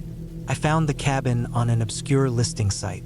It was small, 1 bedroom, no electricity except for a basic solar panel, no running water, just a hand pump out back and an outhouse. The pictures showed it deep in the woods, surrounded by tall pines and overgrown grass. It looked perfect. I booked it for 3 weeks straight. The drive took almost 10 hours. The last part of the trip was on a dirt road full of potholes, and then a narrow trail that barely fit my SUV. When I reached the clearing where the cabin stood, I could feel my chest loosening. The quiet was immediate. No traffic, no planes, just wind moving through trees and the soft ticking of my car engine cooling down. I shut off the car and just stood there for a while, letting the silence sink in. The cabin looked just like the photos. Old, simple, with weathered wood and a tin roof. There were 2 windows on the front, both covered with wooden shutters. A small porch with a broken chair leaned to one side. Inside, it smelled like pine and dry rot, but it was clean enough. A small cot, a wooden table with 1 chair, and a shelf with some old books and candles. There was a wood stove in the corner and a pile of chopped logs stacked up beside it. The first couple days were peaceful. I'd wake up with the sun, boil water over the stove, and drink instant coffee while listening to the forest. I'd read, write in a journal, or just sit on the porch for hours. I took walks along the deer trails nearby. I didn't see another person or hear a single vehicle. At night, I'd light a lantern, eat canned food, then go to bed early. I started to feel better. My shoulders dropped. I wasn't thinking about work or bills. My thoughts were slower, clearer. But then things started to change. It began with sounds. One night, I was lying in bed, staring at the dark ceiling, when I heard something. It wasn't an animal. I'd heard raccoons and owls before. This was different. It was faint but clear footsteps on the porch. Not a deer. Heavy, slow, measured. I froze. The shutters were closed, so I couldn't see out. I reached for the hunting knife I kept under the bed, more out of instinct than anything. The steps moved to the side of the cabin, then stopped. I waited. Nothing else came. Eventually, I convinced myself it was maybe a bear or some larger animal. I didn't sleep much that night. The next morning, I walked around the cabin looking for tracks. The grass was thick and damp, but I found what looked like a heel print near the side wall. Not clear, but enough to raise the hairs on my neck. I didn't want to panic, so I told myself it could have been mine from before. I hadn't been paying attention when I first arrived. That day, I kept a knife on me at all times. I stayed closer to the cabin. My walks were short, but nothing happened, so by evening I felt calmer again. I sat on the porch watching the sun go down, sipping from a warm can of beans. I didn't hear or see anything unusual, but that night it happened again. Around 2 in the morning, I woke up from a light sleep and immediately felt something was off. The air felt heavier. I held my breath and listened. There it was again, footsteps, but this time, they were in the grass behind the cabin. They moved slowly, crunching the twigs and dry leaves. They circled the back, then paused. I could hear them breathing, just faint enough that I questioned my own ears. Then came a tapping sound, 3 slow taps on the back wall. Then silence. I didn't sleep the rest of the night. When daylight finally came, I went outside, heart still pounding. I checked all around. The grass was bent in a path that led from the woods to the cabin and back. Clear tracks this time. Not boots, not shoes. Bare feet. Full prints. White. Long toes. The idea of someone walking around out there at night with no shoes made my stomach turn. That day, I packed my things and loaded them back in the SUV. I didn't leave, I don't know why, but I wanted to be ready in case I had to. I told myself maybe it was some weird hunter or a squatter. I had brought my rifle, so I kept it loaded and next to me at all times. I still tried to stay calm, but my thoughts were racing. That evening, I didn't light the lantern. I kept the cabin dark. I sat near the window with the shutters cracked just enough to peek out. I waited. At 2:12 a.m., I saw movement. Something was standing in the tree line. Couldn't see much, just a figure. Tall, maybe 6 feet or more. Skinny, not moving, just watching. I sat still for what felt like an hour. My body started cramping. I didn't dare make a sound. The figure eventually turned and vanished into the trees. I didn't sleep again. That morning, I finally radioed the nearest ranger station with the emergency unit stored in the cabin's supply locker. It was old but functional. A man's voice crackled through after a few attempts. I reported what I saw. He told me he'd send someone to check in, but it could take up to 2 days due to staffing and weather.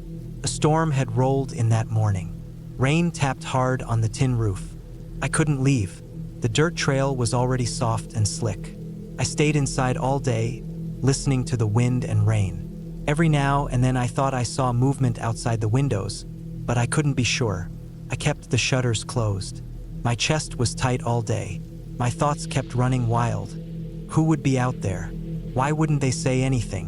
Why would they walk around barefoot?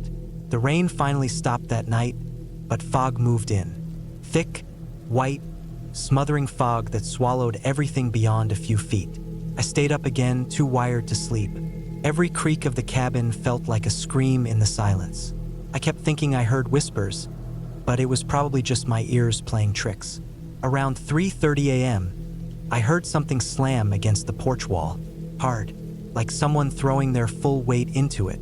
I jumped up with my rifle, heart beating so loud I thought I'd pass out. Then came the sound of wood splintering.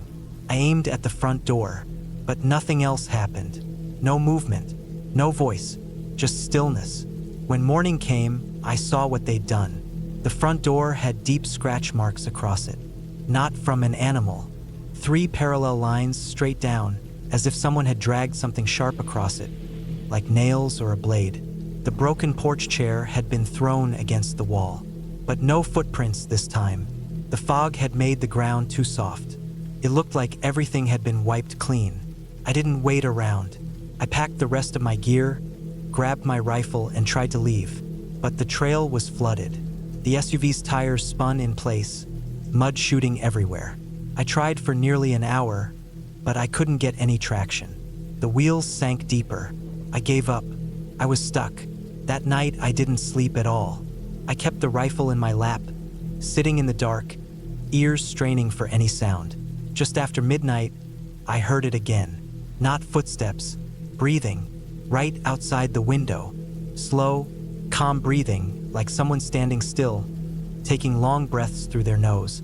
I didn't move, couldn't even look. I just sat there until it stopped. When the ranger finally showed up the next afternoon, I ran out before his truck even parked. I must have looked like hell. Bags under my eyes, shaking, clothes dirty from the mud. He looked concerned, but I didn't say much. I just told him I had someone stalking the cabin at night. He looked around, made notes, took photos of the door, but said he didn't find any prints. He offered to follow me out with his truck to help pull me free, which I gladly accepted. I left that day, never looked back. Weeks passed. I returned to work, told people I cut the trip short because I got sick. I never mentioned what really happened, but sometimes, late at night, I still hear that breathing when everything is quiet. I don't go camping anymore, and I'll never rent a remote cabin again.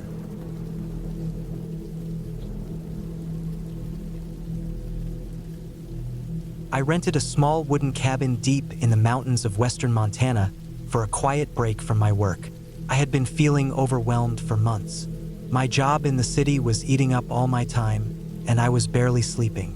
I wanted silence, no calls, no noise, no people. I wanted to be somewhere where I didn't have to worry about anything or anyone. That's why the idea of renting a small off-grid cabin for 2 weeks seemed perfect to me. I found the place online. The listing was short. Just said it was a simple, remote cabin, no Wi-Fi, no cell service, with a wood stove and solar lights. It had a water pump out back, a small outhouse, and a basic kitchen with a propane burner. There were pictures, thick woods all around, a gravel path leading to the cabin, a small wooden porch, and a simple interior. 1 bed, a table, a shelf, and a stove. I booked it right away. I didn't think too much about the location. I just knew it was about an hour's drive from the nearest town and up a steep, winding forest road. The owner gave me directions that were mostly handwritten and told me to print them out because there was no GPS signal out there. I did that, packed some canned food, water, a flashlight, matches, extra batteries, my sleeping bag, some warm clothes, and drove out the next morning. Took most of the day to get there. The last few miles of the drive were rough. The dirt road narrowed to 1 lane and climbed through thick pine forest. At one point, I thought I had taken the wrong turn, but then I saw a hand-painted wooden sign nailed to a tree. It had the word cabin and a red arrow pointing to the right. I followed it, and not long after that, I reached the place. The cabin was just like the photos, maybe even a little more run down. The porch creaked under my feet when I stepped on it. The front door was unlocked. Inside, it smelled like dry wood, dust, and old smoke. The bed was made with a thin mattress and a single blanket. There was a shelf full of old paperback books, half-burned candles, and a few cracked mugs. The windows were small and dusty. There was a small square window above the sink that looked out into the woods. I dropped my stuff by the bed and sat at the table. It was dead silent. No wind, no birds, no bugs, just absolute stillness. I thought that was exactly what I had come for. The first 2 days were uneventful. I ate simple meals, read books, walked short trails around the cabin, and tried to relax. There was no power except a single solar lantern on the ceiling that barely lit up the room at night. I had a flashlight, but I used it sparingly. The nights got cold quickly, so I used the wood stove. There was a shed behind the cabin with dry logs, and I split a few with the axe that was leaning against the porch. The nights were dark, pitch black. I had never seen nights like that before. When I turned off the lamp, I couldn't see my hand in front of my face. The trees outside pressed against the walls in the silence. I thought I'd be scared, but I wasn't. Not yet. I even liked the quiet. But by the fourth day, something felt strange. That morning, I found fresh footprints in the dirt path that circled the cabin. They weren't mine. I had only walked around the path once the day before, and these were newer. I looked at them closely. They were from heavy boots, deeper than mine, and spaced farther apart. Someone had been walking around the cabin during the night. I tried not to let it get to me. Maybe the owner came by to check on the place. Maybe it was a hiker, but I hadn't seen a single person since I got there, and the cabin was too deep in the woods for someone to just pass by. There was only one road in. You had to really mean to come here. That day, I stayed closer to the cabin. I didn't hike. I just kept reading and checking outside every once in a while. The woods looked the same, quiet and empty. That night, I couldn't sleep. I left the solar light on and kept the flashlight beside me. Around midnight, I thought I heard a soft crunching sound outside, like someone walking slowly on dead leaves. I sat up in bed and listened hard. Then I heard it again, closer this time. A slow step, then another. I held my breath. The sound stopped. I didn't dare move. After a long while, I leaned over and looked through the small window, but it was too dark to see anything. I stayed up the rest of the night. The next morning, I found more footprints. This time, they were all around the porch. Someone had walked up the steps. The prints were clear in the dirt. 2 sets of them, both from boots, both bigger than mine. One set had a slightly crooked step, like the person was dragging one foot. I felt sick. Someone had come right up to the cabin during the night while I was inside. I checked the door. It was still locked, but that didn't mean they hadn't tried. I wanted to leave. I should have left right then, but I had told myself I needed this trip. I needed to get away. I told myself it was probably nothing. Maybe kids messing around, or hunters. I kept trying to make excuses, but deep down I knew something wasn't right. That night, I didn't sleep again. I kept the stove burning and the light on. I sat at the table and waited, holding the flashlight in my hand. Around 2 in the morning, I heard it again. Footsteps. This time they were faster, heavier. I got up and looked through the window by the sink.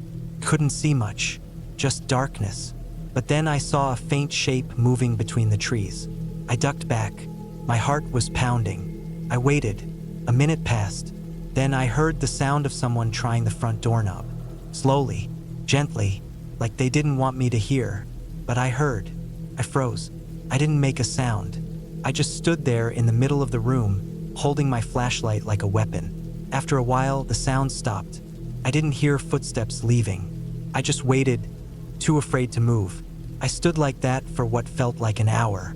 When the sky finally started to lighten through the window, I opened the door and stepped outside. No one was there, but I saw the footprints again. This time, there were 3 sets. That was the moment I decided I was leaving. I packed my bag as fast as I could, grabbed my keys, and headed to my truck. But when I turned the key, nothing happened. Just a weak clicking sound. The battery was dead. I opened the hood. I'm not a mechanic, but even I could tell something was wrong. The wires to the battery had been cut. Clean, like with a knife. That's when panic really set in. Someone didn't want me to leave. They had come in the night and disabled the truck. I looked around the trees. I didn't see anyone, but I felt watched. I ran back inside, slammed the door, and pushed the small table in front of it. I didn't have cell service. I didn't have a radio. I was completely alone. I sat in the corner of the room with my flashlight and waited all day. Every noise outside made me jump. Every time the wind moved a branch, I thought someone was coming. That night was the worst. I didn't light the stove. I didn't turn on the light. I just stayed in the dark, silent. Around midnight, I heard the footsteps again, then a tapping on the wall. Slow, fingertips or maybe metal. It moved from one side of the cabin to the other, like someone circling it, dragging something across the wood. Then they tried the door again, this time harder, not gentle, shaking it. I didn't make a sound. I sat in the corner, heart pounding so hard I thought it would give me away. Then it stopped, but it didn't feel like they left. It felt like they were still out there, waiting. I didn't sleep. The sun finally came and I opened the door. I didn't step outside. I just looked. They had left something on the porch. A piece of cloth, torn, dirty, with what looked like dried blood on it, and a single boot print right in the center. I knew I couldn't stay another night. I had to walk. I packed water, some food, and my flashlight. I had no idea how far it was to town on foot, but I knew the direction the road came from. I left just after noon. I didn't care about locking the cabin. I just ran down the path and followed the dirt road. I kept checking behind me, but I didn't see anyone. Still, I felt it, that tightness in my chest, like someone was watching me. After a few miles, I heard something in the woods behind me. It wasn't an animal. It was too steady. Footsteps, more than one. I started running. My legs were burning, but I didn't stop. The trees closed in on both sides, and every time I turned to look, I thought I saw shapes moving. I finally made it to the sign, the red arrow pointing to the cabin. From there, I knew I had maybe 4 more miles to the main road. I didn't stop running. Just before sunset, I reached the edge of the woods. The road was empty, but I collapsed onto the gravel and waited. After maybe 20 minutes, a pickup truck came by. The man inside looked confused when he saw me, dirty, shaking, and out of breath. I didn't explain much. I just asked him to take me to town. He did. I reported everything to the local sheriff. They sent someone to check the cabin. A week later, they called me. They found the place just like I left it, except the table I had pushed against the door had been moved. There were more boot prints inside now, and the shed behind the cab.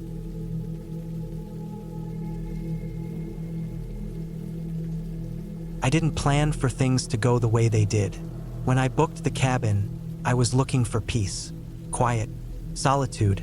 I wanted a break from the constant pressure of the city, the crowds, the endless stream of noise and motion. I was tired of my apartment, tired of my phone buzzing every few minutes, tired of the traffic and lights and deadlines. I didn't want to talk to anyone. I didn't want to answer emails or explain myself or sit in meetings. I just wanted to be alone for a few days. That's all. Just some time to clear my head.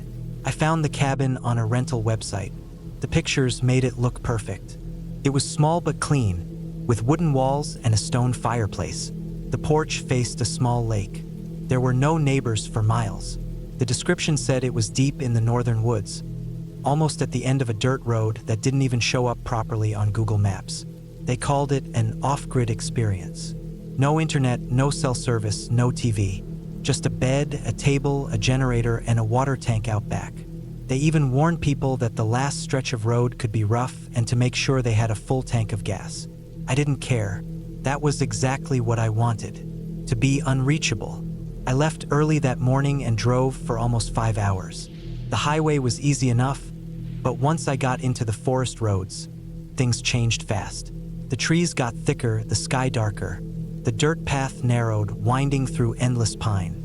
I passed maybe one other car on the way in, and that was at least an hour before I even saw the turnoff.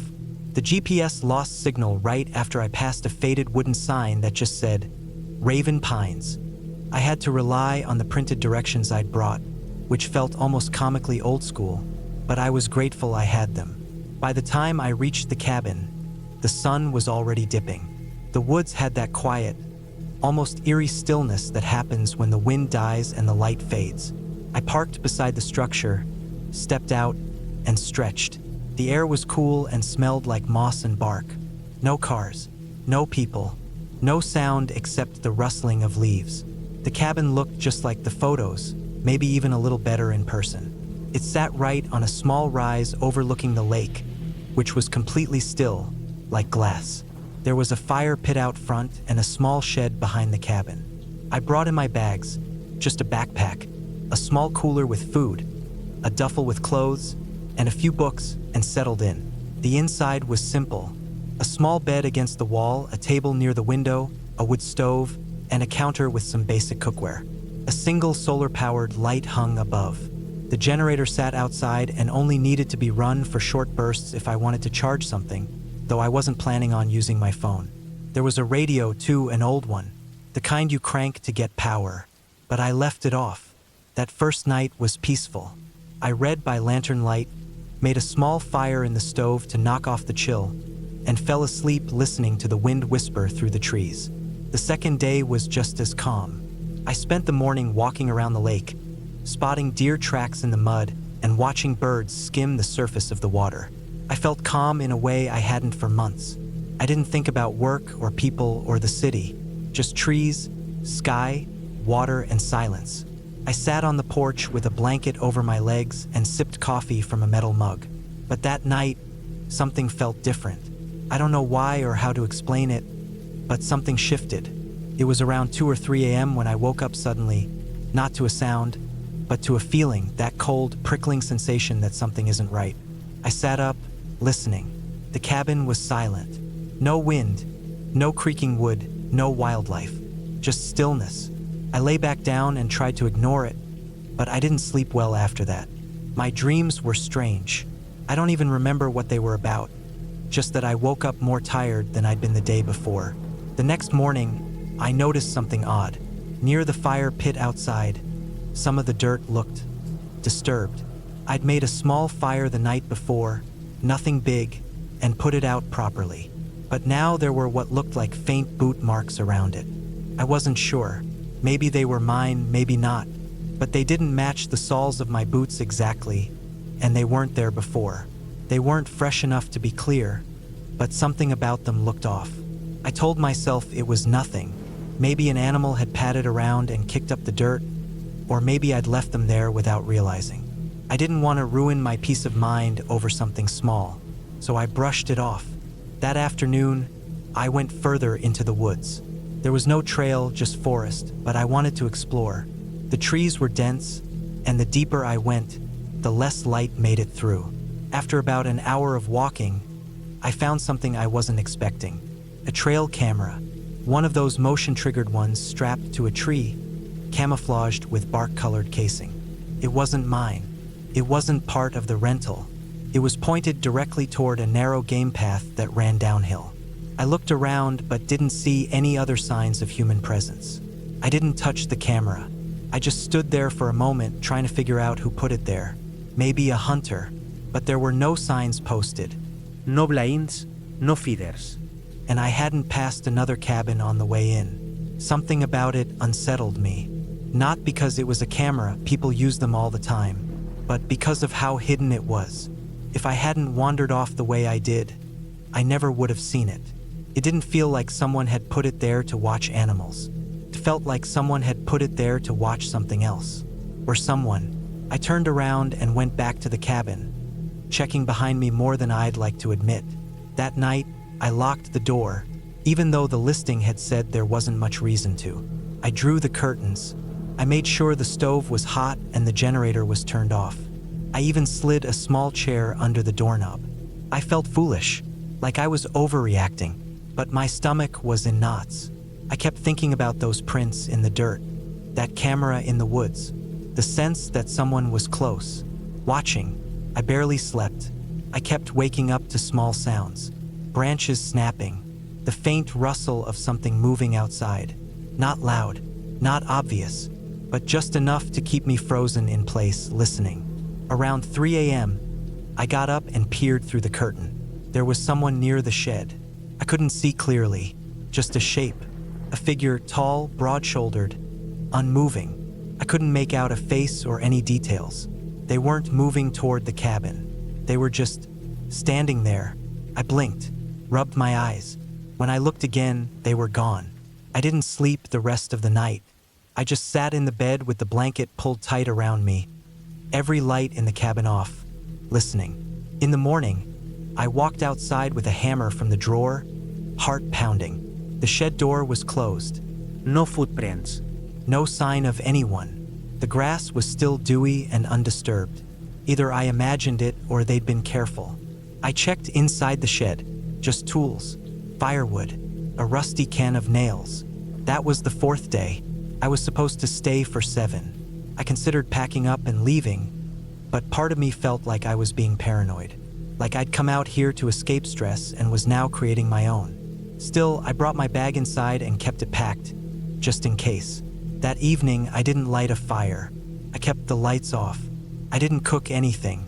I just sat near the window and watched. I wanted to see if they'd come back. At some point, I must have dozed off in the chair. When I opened my eyes again, it was pitch black outside, and there was a sound, a soft tapping, not at the door, at the window. 3 taps, slow, deliberate. I didn't move. I didn't breathe. I was crouched low, hiding behind the edge of the table, heart beating so loud I thought whoever was out there could hear it. Another 3 taps, then silence. I waited. Then I heard footsteps on the porch, slow, heavy, moving toward the door. I grabbed the hammer again and held it tight. The footsteps stopped. Then nothing. No knock, no jiggling of the handle, no voice, just stillness. I waited until morning. When the sun came up, I stepped outside. On the porch were muddy boot prints, big ones, not mine. They led up to the door, and then back down again, around the cabin, to the shed, to the lake. I followed them carefully, around the side of the building, down the slope. Then they just stopped, like whoever it was had walked into the lake and disappeared. I went back inside, shaking. I didn't eat. I didn't read. I didn't write. I just sat. The next night, I didn't sleep at all. I kept the lights off and sat near the window with the hammer in my lap. I didn't hear the tapping again. No footsteps. But I knew they were still out there. I felt it. I could feel the eyes, watching. On the 6th morning, I made my decision. I was leaving, early. I loaded my bags into the car as fast as I could. I tried to calm myself down, telling myself I hadn't seen anything criminal. Maybe it was just a hiker, poacher, a hunter who wandered close. But I couldn't believe.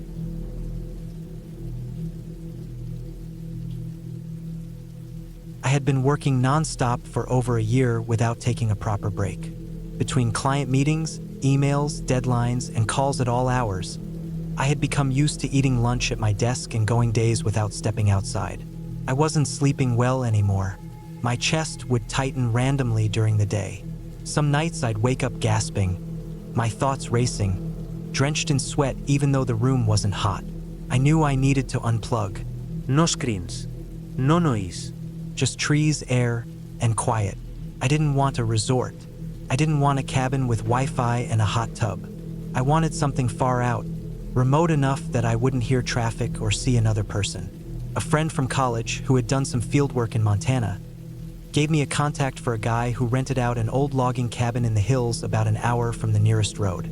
No service. No utilities. No neighbors. Just a fire stove, a cot, an axe, and trees. It sounded perfect. I packed light. A week's worth of food, a water filter, a hand crank radio, a flashlight, a first aid kit, some paperbacks, and warm clothes. I told my boss I'd be offline for a week and wouldn't be answering calls or emails. My phone would be off the whole time. My friend gave me a rough map, a key, and a warning. Asterisk, don't go wandering at night. That's bear country, and the terrain gets tricky. Asterisk, the drive to the trailhead was long. Mostly empty roads, logging routes, then a gravel stretch that narrowed to dirt. I left my car at a small pullout. There was a faded orange ribbon tied to a tree marking the start of the trail.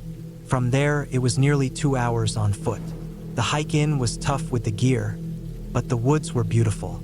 I passed no other people, heard only birds, and reached the cabin just before sunset. It was exactly what I hoped for. A one-room wooden cabin with a tin roof, tucked in a clearing surrounded by thick pines. There was a pile of split firewood beside the door, a metal chimney pipe rising out the side, and a small outhouse about 30 yards away in the trees. Inside, it was clean but bare. A small table, a wooden chair, a cot with an old mattress, and a cast iron stove in the corner. There was no insulation, just the log walls and the wind. I set my stuff down, cracked open a can of soup, and lit a small fire in the stove using dry kindling that had been left in a bin by the door. The heat took a while to build, but it eventually chased out the damp. That night, I slept better than I had in months. The silence was deep. No cars, no phones, no humming appliances. Just the wind outside and the occasional creak of wood. The first few days were exactly what I needed. I woke up with the sun, made coffee on the camp stove, and sat outside in a chair, watching the trees sway. I read, hiked a little during the day, chopped some wood for fun, and wrote in a notebook. There was something almost spiritual about the simplicity. I didn't check my phone once, didn't even bring it out of my bag. By the third day, I noticed something odd. It was early morning. I was walking a short loop trail around the cabin that I had found the day before. Just a narrow deer path that curved through the trees and returned to the clearing. The weather was gray and cool. I had gone maybe 15 minutes out when I saw something shiny off the trail. I stepped toward it. About 8 feet up a pine tree, mounted with a rusty nail, was a trail camera. It was old, covered in dirt, but the lens was pointed directly toward the trail I had just come from. I figured it was for wildlife. Hunters or researchers sometimes leave cameras like that.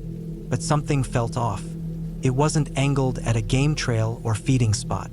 It was aimed at the path I was using, and the casing looked newer than the mounting hardware, like someone had replaced the actual camera inside an older frame. The brand didn't match what was usually sold for wildlife tracking.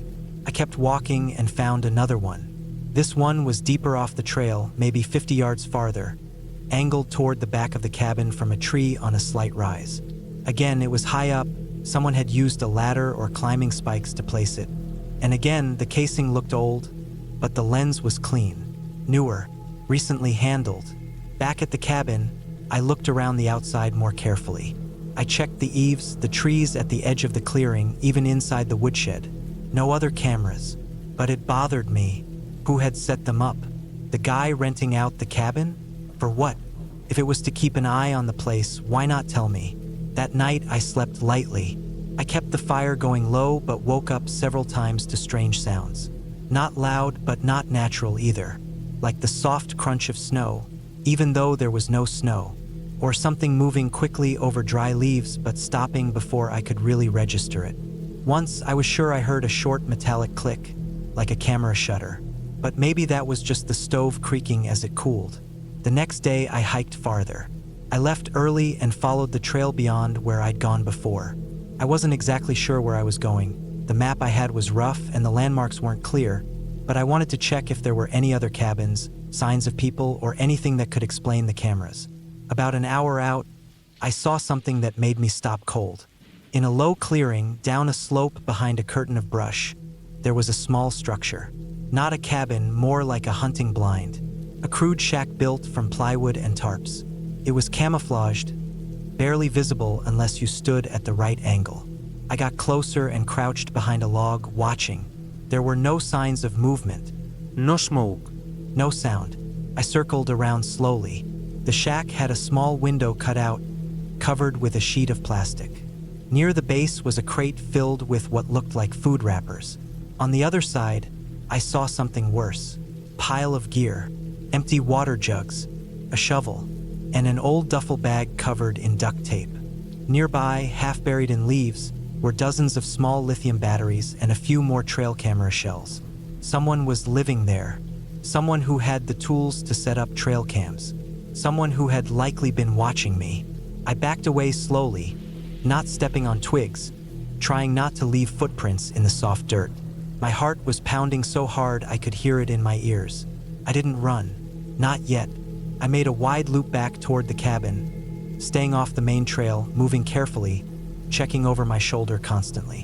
When I finally made it back, I packed everything.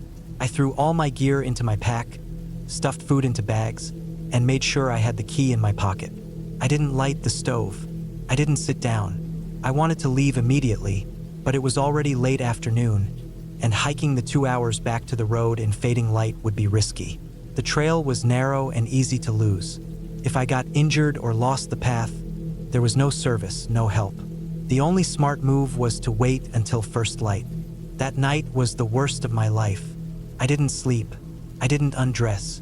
I kept my boots on, my bag packed, my flashlight beside me. I moved the small table in front of the door and laid in the cot facing it, my ears straining for sound. For the first couple hours, there was nothing, just wind. Then, after midnight, I heard footsteps. Not animals, not random creaks, human footsteps, slow, deliberate, on the porch, then silence, then a soft tap against the window, not loud, not breaking glass, just a tap, like someone gently touching the pane. Then nothing. I didn't move, I didn't breathe, I didn't even shine the flashlight. Whoever it was didn't try the door. They didn't break in, they just stood there. I could feel it. Someone was just outside watching, listening, maybe knowing I was awake. They left before dawn, or at least the sound stopped. When first light came, I waited another full hour before moving. I crept to the door, moved the table and cracked it open. Nothing on the porch. No footprints, the ground was too hard. I stepped out slowly, looking in every direction. I didn't even stop to eat. I started walking and didn't stop once. I made it to the trailhead in record time, legs burning, throat dry, heart racing with every turn in the trail. When I reached my car, I threw the pack in, locked the doors, and didn't stop driving until I was 30 miles away. I didn't tell the police. What would I say? That I found a weird shack and heard footsteps? That I was being watched? It didn't seem like enough. There was no crime, no proof, just fear. But I never went back. I never told my friend what I found. I deleted the contact number he gave me and never answered when he followed up weeks later. I didn't want to know. I just wanted to forget. But I can't. Not fully. Because 3 weeks after I came home, I found something in my mailbox.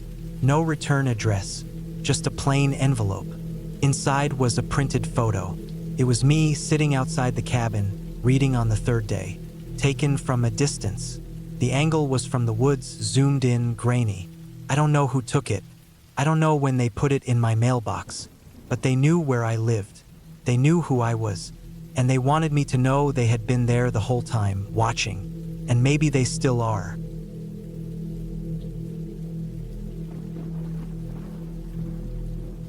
It was a Thursday morning in late September when I drove out toward the woods. I had taken a few days off work because things had been building up. Long days, too many tasks, back-to-back meetings, and no real time to just breathe. I needed space. A friend had mentioned this old hunting cabin his uncle rarely used anymore. It was off a narrow gravel road, deep in the woods near the edge of the national forest. There was no phone signal, no Wi-Fi, no neighbors for miles. I liked that. The drive was long. Once I left the last paved road, I kept going for almost 30 minutes on rough gravel and dirt. Tall pines and oaks surrounded the path. There were no signs, no fences, nothing but trees and silence. When I reached the cabin, it was just as my friend had described. Small, weathered with siding, one front porch, a few steps, and a rusty metal roof. There was a shed off to the side, half covered in ivy. The windows were dusty, but nothing looked broken. It had been left alone, but it wasn't falling apart. Inside, it was simple.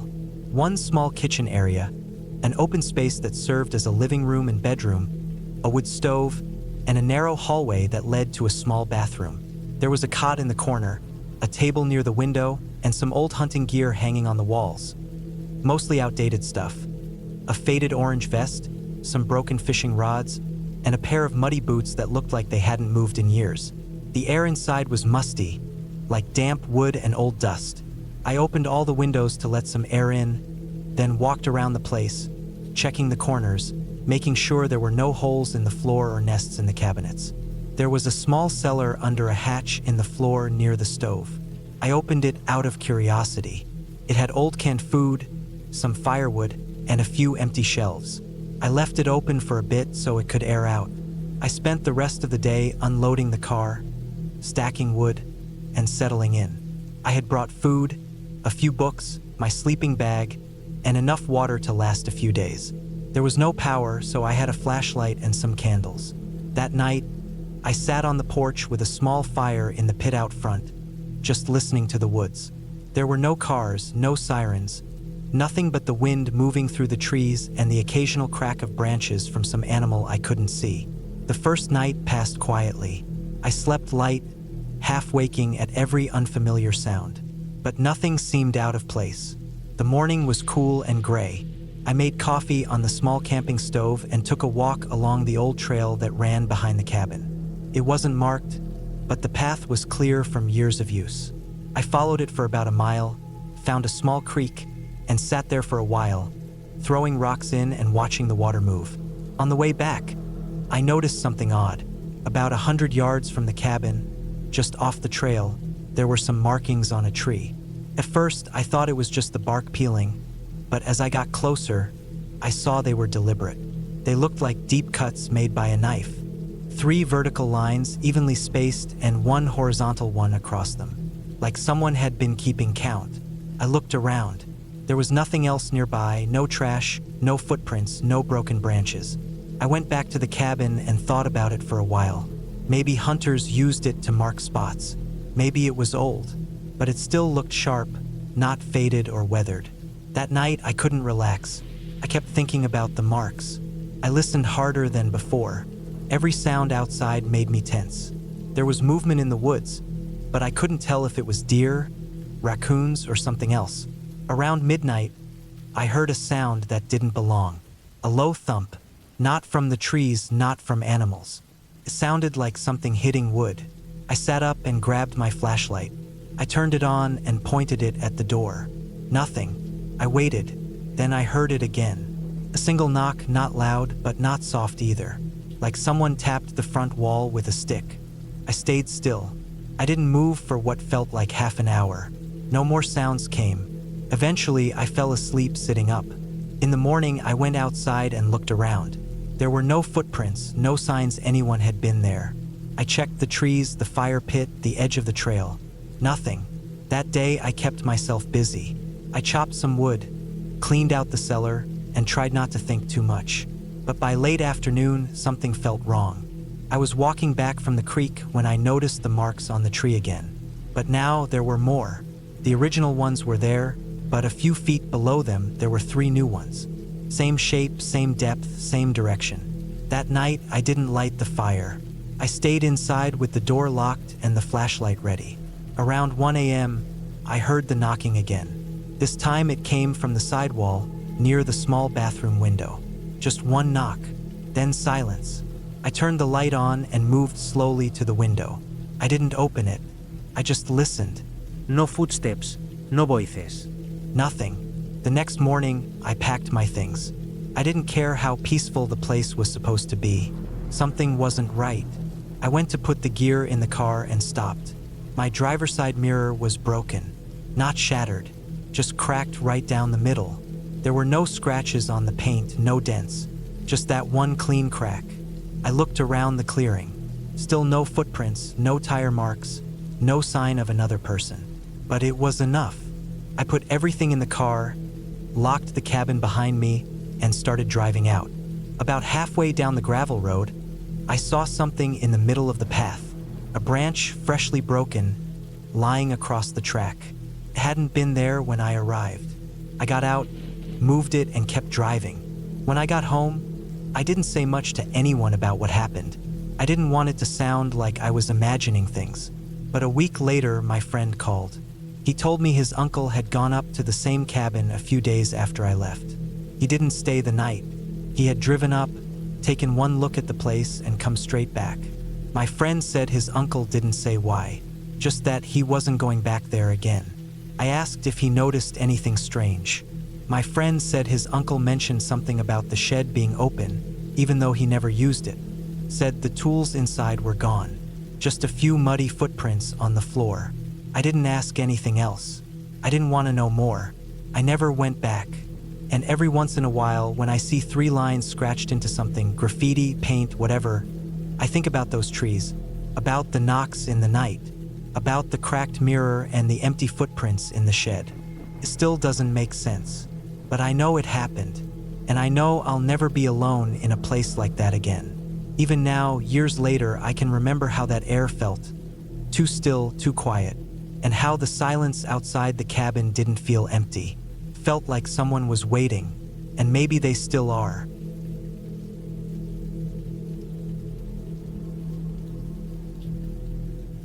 I needed to be away for a while, away from the noise, away from the people, away from everything. I had spent the last few years slowly building up tension inside me. Job stress, social expectations, money problems, long hours in front of screens. It all kept piling up until one day I found myself staring at a blinking cursor on my work laptop, unable to even type one more word. I needed out. Not forever, just for a bit. I didn't want to be around anyone for a while. I started looking online for cabins. Remote places. The kind of places people only go when they really want to disappear for a bit. Most cabins on rental sites were either too expensive or too close to other properties. I wanted something where I wouldn't hear another car, wouldn't see another person, wouldn't be within walking distance of anything. I finally found one. A small, simple wooden cabin about 2 hours from the nearest town, hidden deep inside a thicket of pine and spruce, tucked somewhere in the northern part of the country near some dried-up riverbeds and long-forgotten logging trails. The listing said the place didn't have Wi-Fi, didn't have cell service, didn't have plumbing, just a well with a hand pump, a wood-burning stove, and a dry toilet built a few meters from the cabin itself. That was exactly what I wanted. I booked it for 3 weeks straight, packed my Jeep with supplies, dried food, cans, extra gas, a water filter just in case, firewood, tools, batteries, solar lanterns, some books, and an old rifle my grandfather had given me that I barely knew how to use but thought might come in handy in bear country. I didn't tell anyone where I was going except my older brother, just as a precaution. I gave him the GPS coordinates and told him not to worry if he didn't hear from me. Just in case something did happen, someone should know where I was. Took me about 9 hours to get there.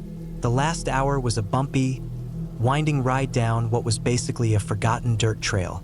Trees leaned into the road from both sides, their branches brushing the windows. The forest grew thicker as I drove deeper, and the sunlight that had been bright earlier in the day faded into a dim, greenish tint under the heavy canopy. I found the cabin just before dusk. It sat in a small clearing surrounded by towering trees. A single solar panel was mounted on a pole out front, probably to power the cabin lights and maybe a small battery. The building itself looked old but solid. It was made from thick, dark logs with a slanted metal roof. There was a small front porch with a single rocking chair and a pile of chopped wood stacked neatly under a tarp. Off to the side, I could just make out the dry toilet. The air smelled like pine needles and damp earth. I unloaded my gear and settled in. Inside, the cabin was one open space. A small kitchen area on one side, a wood stove in the center, a cot with a thick wool blanket, a narrow table and 2 chairs. A trapdoor in the corner led to a tiny root cellar. The windows were small and had thick shutters that I could close at night. Everything smelled like old wood and dust. I lit the stove, cracked open a can of stew, and sat by the window, watching the dark come in. The forest got quiet fast. So quiet it almost felt unnatural. Just the occasional creak of the cabin and distant rustling of animals in the underbrush. The first few days were exactly what I needed. I woke up with the light, made breakfast, took long walks through the woods, sometimes just sat on the porch with a book or journal. No alarms, no emails, no traffic. The silence started to feel like a living thing. I realized how long it had been since I'd been somewhere this quiet. I saw deer a few times, fox once too. I stayed alert for bears but never saw any sign of them. But sometime around the 5th day, something started to feel off. It was little things at first. I come back from a walk and find something slightly out of place. A lantern moved from the table to the floor. My boots pointed the wrong way by the door. I figured maybe I had just forgotten how I left them. I started double-checking things before I left, mentally taking notes. One afternoon, I stacked a few pebbles on the porch rail before walking to the nearby ridge. When I came back 2 hours later, one of the pebbles was on the ground, not fallen, placed a few feet from the others. That night, I locked the door for the first time. The next day, I noticed footprints in the dirt path behind the cabin. Human, too large to be mine and deeper in the heel. They went around to the back of the cabin and stopped at the window. I stood there staring at them for a long time. There were no prints leading away, just to the window and then gone. I circled the cabin 3 times that day, looked for more prints. Nothing. I climbed the small hill nearby and looked around. The forest stretched in every direction. Just trees and more trees. No sign of anyone. That night, I shut all the shutters tight and slept with the rifle across my lap. The morning after that, I found a piece of bark leaning against the door. A strip of birch, peeled clean on one side, like someone had scraped it with a blade. It wasn't there when I'd gone to bed. I checked every inch of the cabin. Found no sign of forced entry, but something had changed. The air inside felt heavier, like the cabin itself was holding its breath. I stopped taking long walks. I stayed near the cabin, watched the woods more carefully. I kept a journal of everything I noticed. On the 8th night, I woke up at 3 a.m. to the sound of footsteps outside. Slow, crunching leaves. I sat up, heart pounding, and didn't move. The footsteps circled the cabin once. Then silence. I didn't look out the window. I didn't want to know. The next morning, I found smudges on the window glass. Fingerprints, long and narrow, pressed hard, like someone had leaned their face against the glass to look inside. I threw up in the yard. I didn't feel alone anymore. I didn't feel like I was being watched. I knew I was. That afternoon, I took my old hunting knife and carved a warning into the tree closest to the cabin. I am armed. I wanted whoever was out there to know I wasn't defenseless. But honestly, I didn't even know how to shoot properly. I tried firing the rifle into the woods once just to see how it felt. The kick nearly tore my shoulder out. I thought about leaving, but I had 10 days left on the booking and no cell signal to call anyone. The nearest town was too far to hike safely without a good reason. I told myself maybe it was just a hunter who didn't know I was there. Maybe it was some local messing around. But the problem was, every day something small happened again. On the 10th day, I found my knife gone. Just gone. I kept it on the table, always. That morning it was missing. No sign of entry, no damage. Just missing. That night I couldn't sleep. Every sound in the forest made my skin crawl. I lay there on the cot, staring at the ceiling, waiting. The darkness outside felt thicker than usual. The quiet seemed too perfect. Around midnight, I heard something knock against the front wall. Once, then again. Not loud, soft like a hand tapping. I didn't move, didn't breathe. I didn't sleep at all. On day 12, I saw him. I was out back, cutting kindling, when I saw movement between the trees. I froze. There, maybe 40 yards out, half hidden behind a trunk, was a man. Just standing there, not moving, wearing dark clothes, pale face. His arms were by his sides, and his head was tilted slightly like he was watching me. I didn't move for a full minute. Then I looked down to grab the axe. When I looked back, he was gone.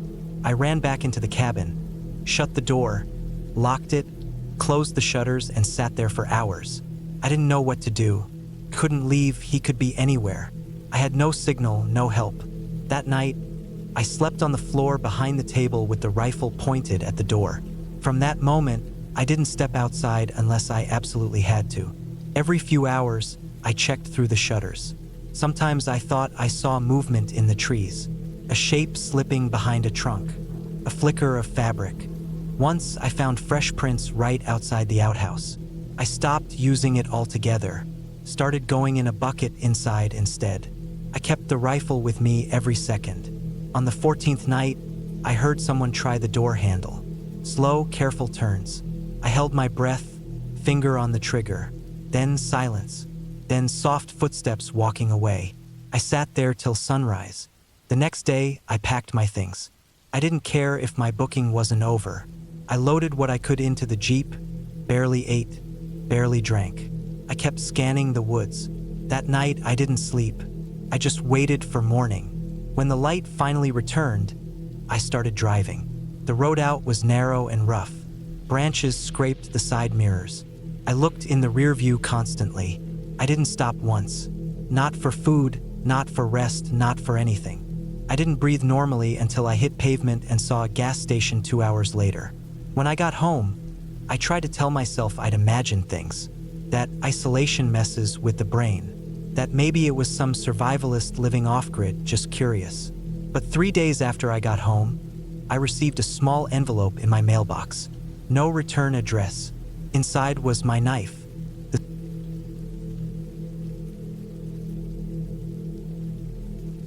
I was never the kind of person to go off-grid. I liked the city, the routine, the structure. But when someone broke into my apartment in the middle of the night while I was home, everything changed. I didn't even see who it was. I just heard glass shatter and someone moving around in the dark. I locked myself in the bathroom and waited until they left. The police came, took fingerprints, asked questions I barely heard, and then they were gone. They never found out who it was. I couldn't sleep after that. Every sound made me jump. I started leaving lights on. I kept a kitchen knife on my nightstand. Even then, I felt unsafe. I couldn't stay in that apartment anymore, but I couldn't afford to move permanently either. So I started looking for temporary escapes. Somewhere far, somewhere quiet, somewhere nobody would think to follow me. That's when I found the cabin. It was a week-by-week rental in a forested area about a 6-hour drive from the city, near the northern edge of the state. The listing said it was a hunting cabin, simple, no Wi-Fi, no cell signal, powered by a generator, with a working wood stove and water from a nearby well. I didn't care about the amenities. I wanted distance. I wanted isolation. I wanted to feel like nobody could find me. So I booked it for 3 weeks, packed up a few bags, filled the trunk with groceries, and left the city behind. The drive took me deep into the hills, past the last paved road onto gravel, then dirt. My GPS cut out halfway there, but the owner had emailed me turn-by-turn directions and I printed them out. I got to the cabin just before dark. It sat in a clearing about 100 yards off the main trail. Tall pines surrounded it in every direction. It was small, with a slanted tin roof, wooden steps up to a porch, and a narrow door. The windows were square and thick, with no curtains. It looked older than I expected, but it felt solid.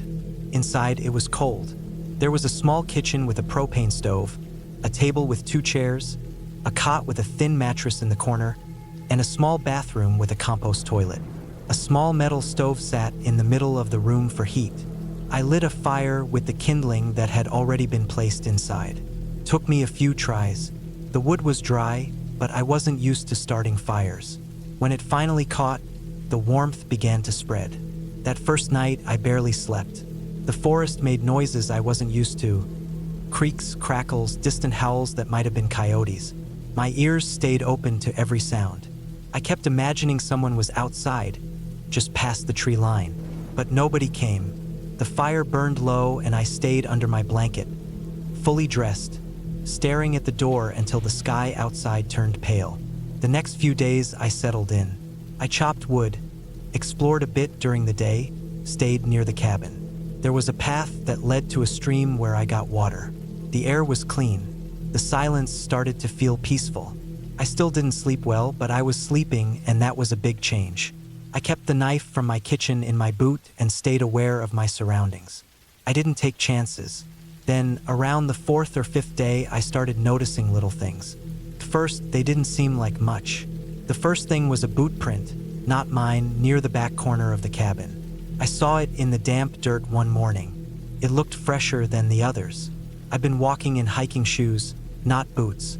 I crouched down and stared at it for a while. Maybe it was old. Maybe it was from the owner.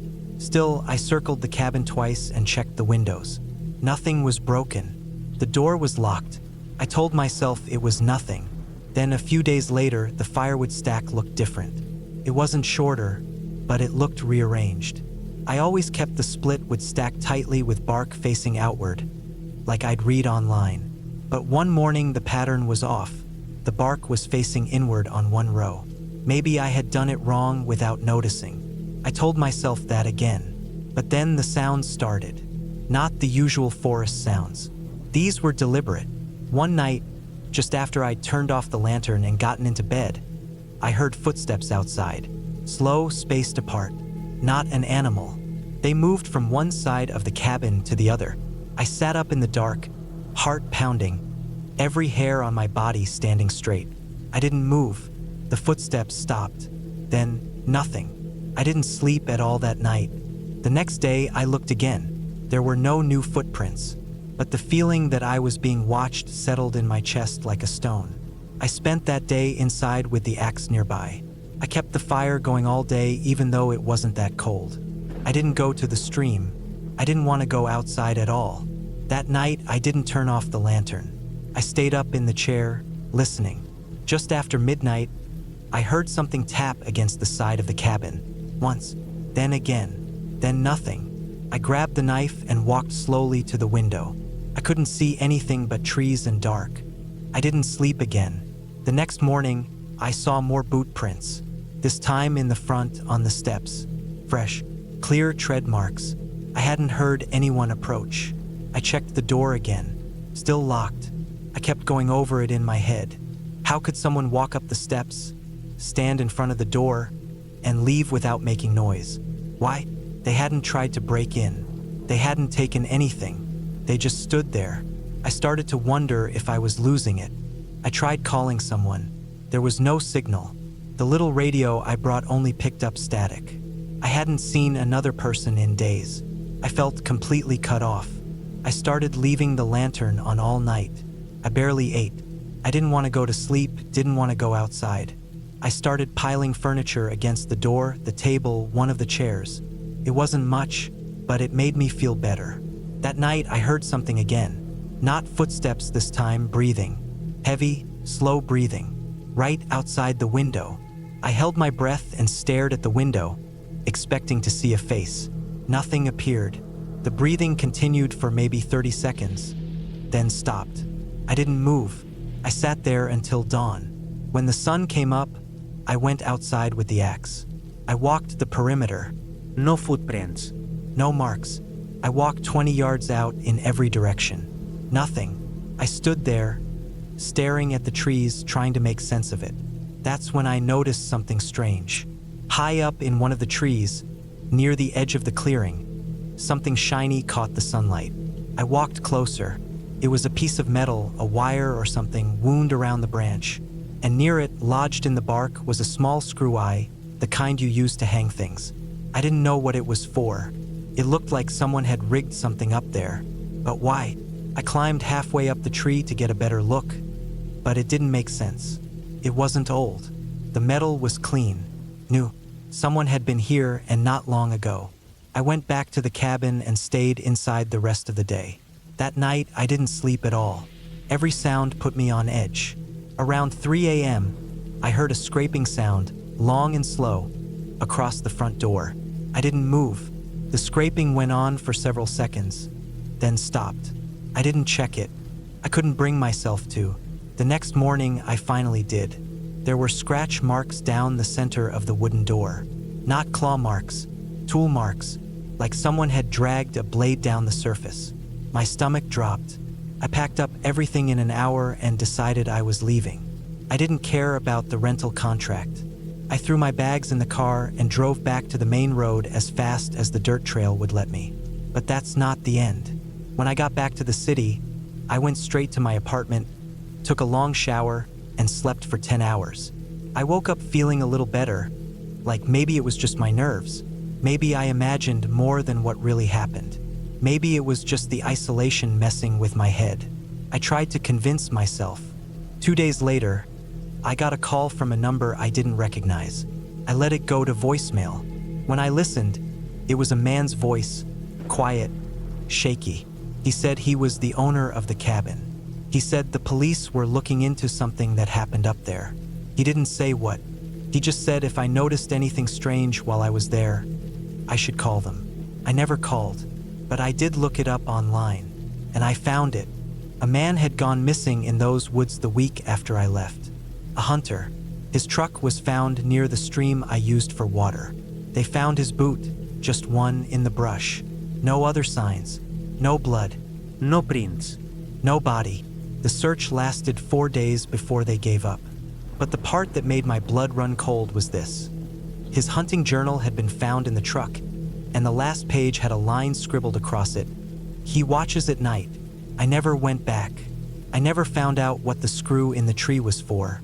I don't know who made those footsteps. I don't know what was breathing outside the window, but I know what I heard.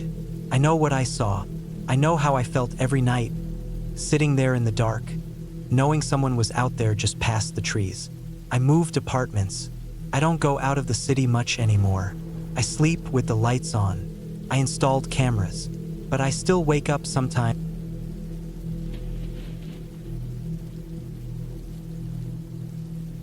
I don't really know what I was thinking when I booked that cabin. Maybe I was just too tired of how my life was going. Everything was a mess. I wasn't sleeping much. My job was going nowhere. My phone never stopped buzzing with useless notifications, and the city felt like it was closing in on me. I needed to step away from everything. I didn't want to hear another car horn or see another email. So when I saw the listing online, a small, off-grid cabin deep in the northern woods, about a 6-hour drive from where I lived, I clicked book now, without really thinking it through. I left early in the morning. I had packed a few bags, enough food for a week, some water jugs, extra clothes, batteries, a flashlight, and a few other things. The listing said there was no cell signal and no power, which was exactly what I wanted. I didn't want to be connected to anything. I just wanted to sit in silence and think about where my life went wrong. The drive up was long, and the roads got worse as I went deeper into the forest. The last 2 hours were on a narrow dirt road with deep ruts and branches scraping the sides of my car. I kept checking the directions on the printed map I had, because there were no signs, no people, and no houses.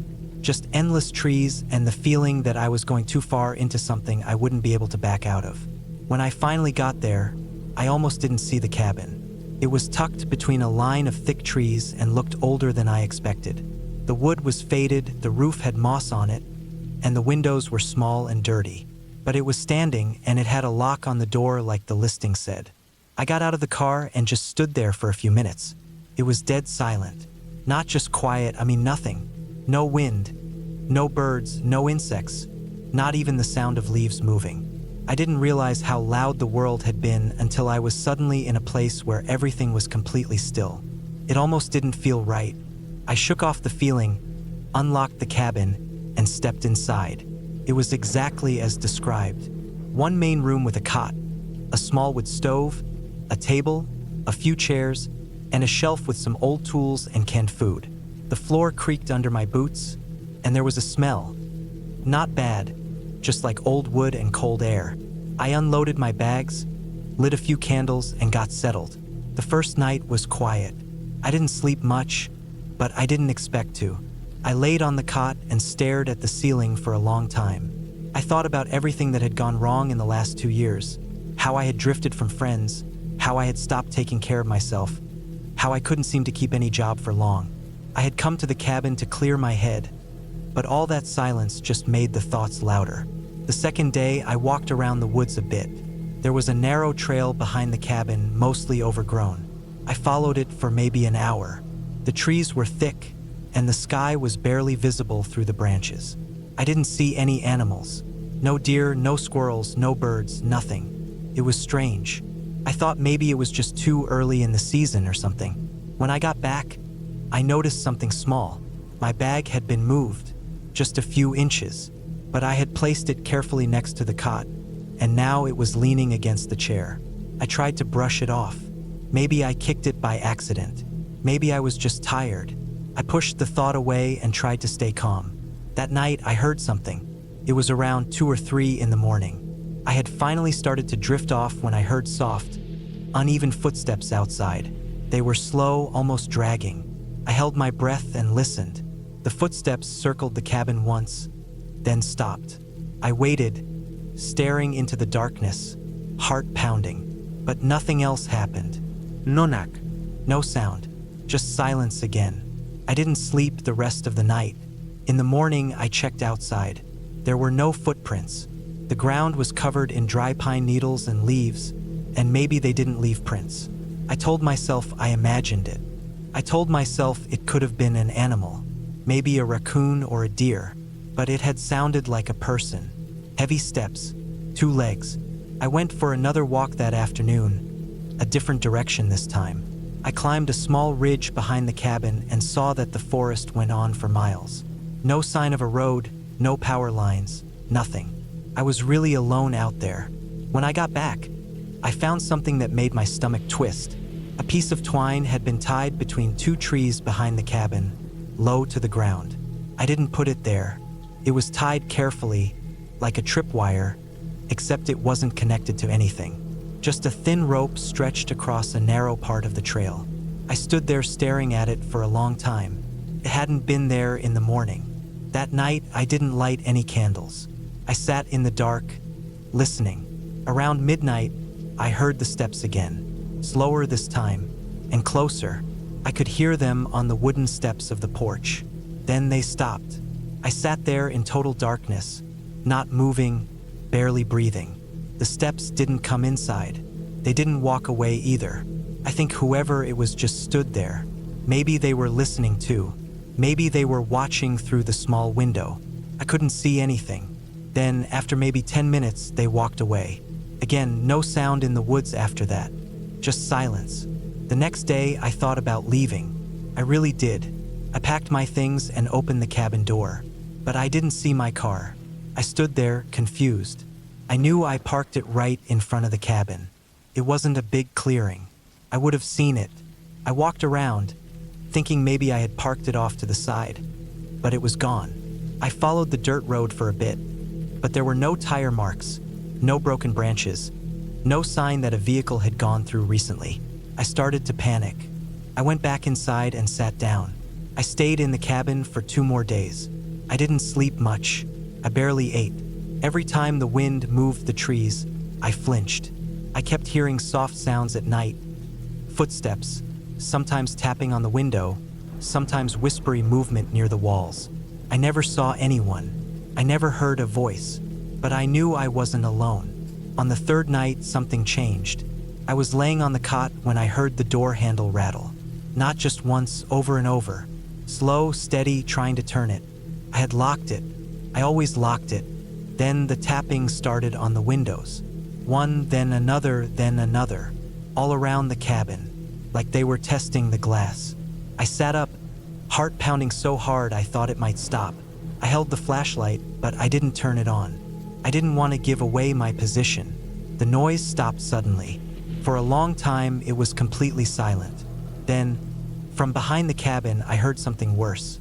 A dragging sound, like something heavy was being pulled across the ground. Not fast, just steady and slow. I didn't move. I stayed completely still, staring at the door. I could feel sweat running down my neck, my hands shaking. I thought about opening the door and running, but where would I go? I didn't even know which direction the road was anymore. Eventually, the noise faded. I waited until morning. When the sun came up, I opened the door slowly and stepped outside. There were marks in the dirt, long, curved drag marks like something had been pulled in circles around the cabin. And something else. On the tree just next to the front steps, there were scratch marks, deep ones, 4 of them, almost like fingers, but spaced too far apart to be a hand. That's when I realized I couldn't stay another night. I didn't care about the car. I packed everything I could carry and started walking down the dirt road. I followed it for hours, not knowing if I was going the right way. I didn't stop. I didn't eat. I just walked. Sometime in the late afternoon, I saw a wooden sign nailed to a tree, a faded trail marker pointing toward a ranger station 6 miles away. I followed it. I got there just before sunset. The station was empty, but it had a radio. I used it to call for help. They found my car 2 days later, miles away from the cabin, with the keys still in the ignition. No signs of damage, no fingerprints, nothing. The only thing they found near the cabin was a pile of bones in the woods. Animal bones, they said, but cleaned, arranged in a circle. They didn't ask me many questions. I didn't have many answers. I haven't gone back. I won't. I still don't know who or what was out there, but I know I wasn't alone. And I know someone or something didn't want me there. That trip was supposed to help me fix my life. Didn't, but it did change me. I still wake up in the middle of the night, thinking I hear footsteps. I still check my locks 3 times before bed. And I never, ever go into the woods anymore. Not even close. And when people ask me if I'd ever go off-grid again, I tell them the truth. Never alone. Never that deep. Never again.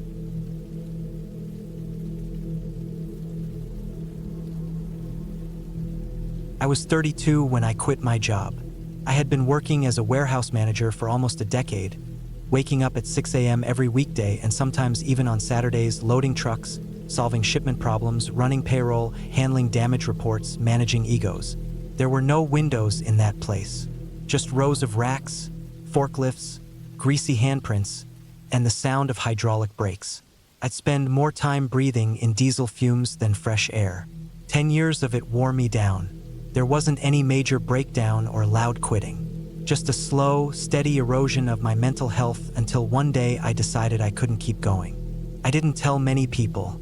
I left, packed up what I needed, and rented a small cabin in the woods about 6 hours north. I found it online, no frills, no running water, just a generator, a small wood stove, and a basic bed. It sat beside a still lake with a wooden dock, and the nearest grocery store was 45 minutes away on a gravel road. That was exactly what I needed: quiet, isolation, and time. I arrived late in the afternoon, early October. The trees were already turning red and gold, and the air had that crisp bite to it. There was no one around for miles, and the silence was deep, almost too deep. I parked my car beside the cabin and walked the perimeter. It was small, weather-worn, and had no insulation worth talking about, but it was dry, sturdy, and had enough firewood stacked to last a couple of weeks. Inside was sparse: a cot with a sleeping bag, a small fold-out table, one chair, a shelf with a few canned goods, and a box of matches. The wood stove took up the corner by the door. There was a rusty axe leaning next to the firewood pile inside, and a battered old lantern hanging on a hook near the door. It was primitive, but it was perfect for what I wanted. The first few days were calm. I'd wake up with the sun, make a pot of instant coffee, and sit out on the dock with a blanket wrapped around my shoulders. No phone, no emails, no deadlines. Just trees, water, and wind. I read a few paperbacks I'd brought along, took short hikes around the edge of the lake, cooked basic meals on the little camping stove, and kept a journal. I felt like I was starting to breathe again. On the fourth morning, I noticed something strange. I was about 50 yards into the woods behind the cabin, following a game trail I hadn't seen before. I only went that way because I thought I'd heard something the night before, like someone walking past the cabin, crunching leaves. I figured it was probably a deer or a fox, maybe even a bear, but I wanted to be sure. As I moved deeper into the woods, I saw a tree with markings on it. Not natural ones either, scratches deep and deliberate. They were old but not ancient. I looked closer. They weren't initials or anything I could make out. Just horizontal lines, some overlapping, about 4 or 5 feet up the trunk. It looked like someone had done it with a knife or maybe a chisel. I scanned around, saw more trees marked the same way, some even with vertical slashes. I kept going and found something that made my skin crawl. A small clearing, not much bigger than a living room, and in the center of it was a makeshift shelter. Not like the kind kids build, but something someone had lived in. Pine branches, tarp, duct tape, and even some trash, old cans, wrappers, a broken plastic jug. I stood still for a long time, listening. Nothing moved. No birds, no squirrels. Just stillness. I didn't go inside the shelter. I backed out the way I came, walking fast, eyes darting left and right. When I got back to the cabin, I locked the door. It was probably nothing, maybe a hunter's camp or a squatter, but it unsettled me. That night, I couldn't sleep well. Every little sound outside made me sit up and hold my breath. Leaves rustling, wind shifting. A thud on the roof that was probably a pine cone but still made my heart pound. The next morning, I went back out there with the axe. I know how that sounds, but I wasn't planning to do anything. I just felt better holding something. I followed the same trail, but when I reached the clearing, the shelter was gone. No tarp, no cans, no branches. Just an empty patch of dead grass and pine needles. I stood there for a long time. My throat felt dry. I scanned every tree, every shadow. Someone had dismantled the whole thing in less than a day. Or maybe it wasn't meant to be found. I walked the perimeter of the clearing, checked the trees again, and found something new. A pile of smooth, round stones stacked about waist high just behind a stump. It wasn't a cairn or anything artistic, just a rough stack. That wasn't there the day before. I was sure of it. I turned and went back to the cabin, this time faster. That night, I didn't sleep at all. I left the lantern burning, and every hour or so, I walked to the window and looked out. I thought about packing up and leaving, but something in me didn't want to run. I didn't know if I was being paranoid or if someone was actually out there. I kept telling myself it was just some old camp that someone abandoned, but that didn't explain how it vanished. The next day, I stayed close to the cabin. I kept the axe nearby, sat out on the dock for a while, trying to calm myself. The air was still, not a single ripple on the lake. It looked fake, like a painting. Around noon, I walked the shoreline, trying to see if there were signs of other people. Footprints, anything. I found none. But about 100 yards down, on a flat rock that jutted into the lake, I found a boot print. It wasn't mine. Too big, wrong tread, pointed toward the woods. I stepped back and scanned the trees behind me. Nothing, just thick trunks and yellowing underbrush. I turned and walked fast, not running, but almost. Back in the cabin, I shut the windows and checked the door 3 times. That night, I kept the axe right beside my bed and tried to sleep. Around 3 a.m., I heard footsteps on the gravel. My breath caught in my chest. It was faint at first, but it was there. Crunch, pause, crunch. Then nothing. Then again, this time closer. I sat up slowly and picked up the axe. I didn't turn on the lantern. I didn't want to show I was awake. I moved to the window and crouched. The moonlight gave enough to see outside in pale outlines. There was nothing near the firewood pile, nothing near the car. But then I saw it. Just at the tree line, maybe 20 yards from the cabin, something moved. I couldn't see the face, just the shape, tall, still, standing half behind a tree, watching. I stayed frozen for nearly 10 minutes. Then it stepped back into the trees. Quiet, smooth, like it knew how to move without being heard. I didn't sleep the rest of the night. By morning, I was packed. I didn't eat. I didn't even drink water. I just threw everything into my bags, tossed them into the back seat, and turned the key. The car wouldn't start. Dead battery. No signal on my phone. I wasn't surprised. I think I knew deep down this would happen. I checked the hood, saw nothing unusual. It just wouldn't turn over.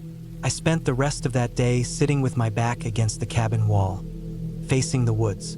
I had the axe in my lap, a thermos of coffee, and a can of cold beans I barely touched.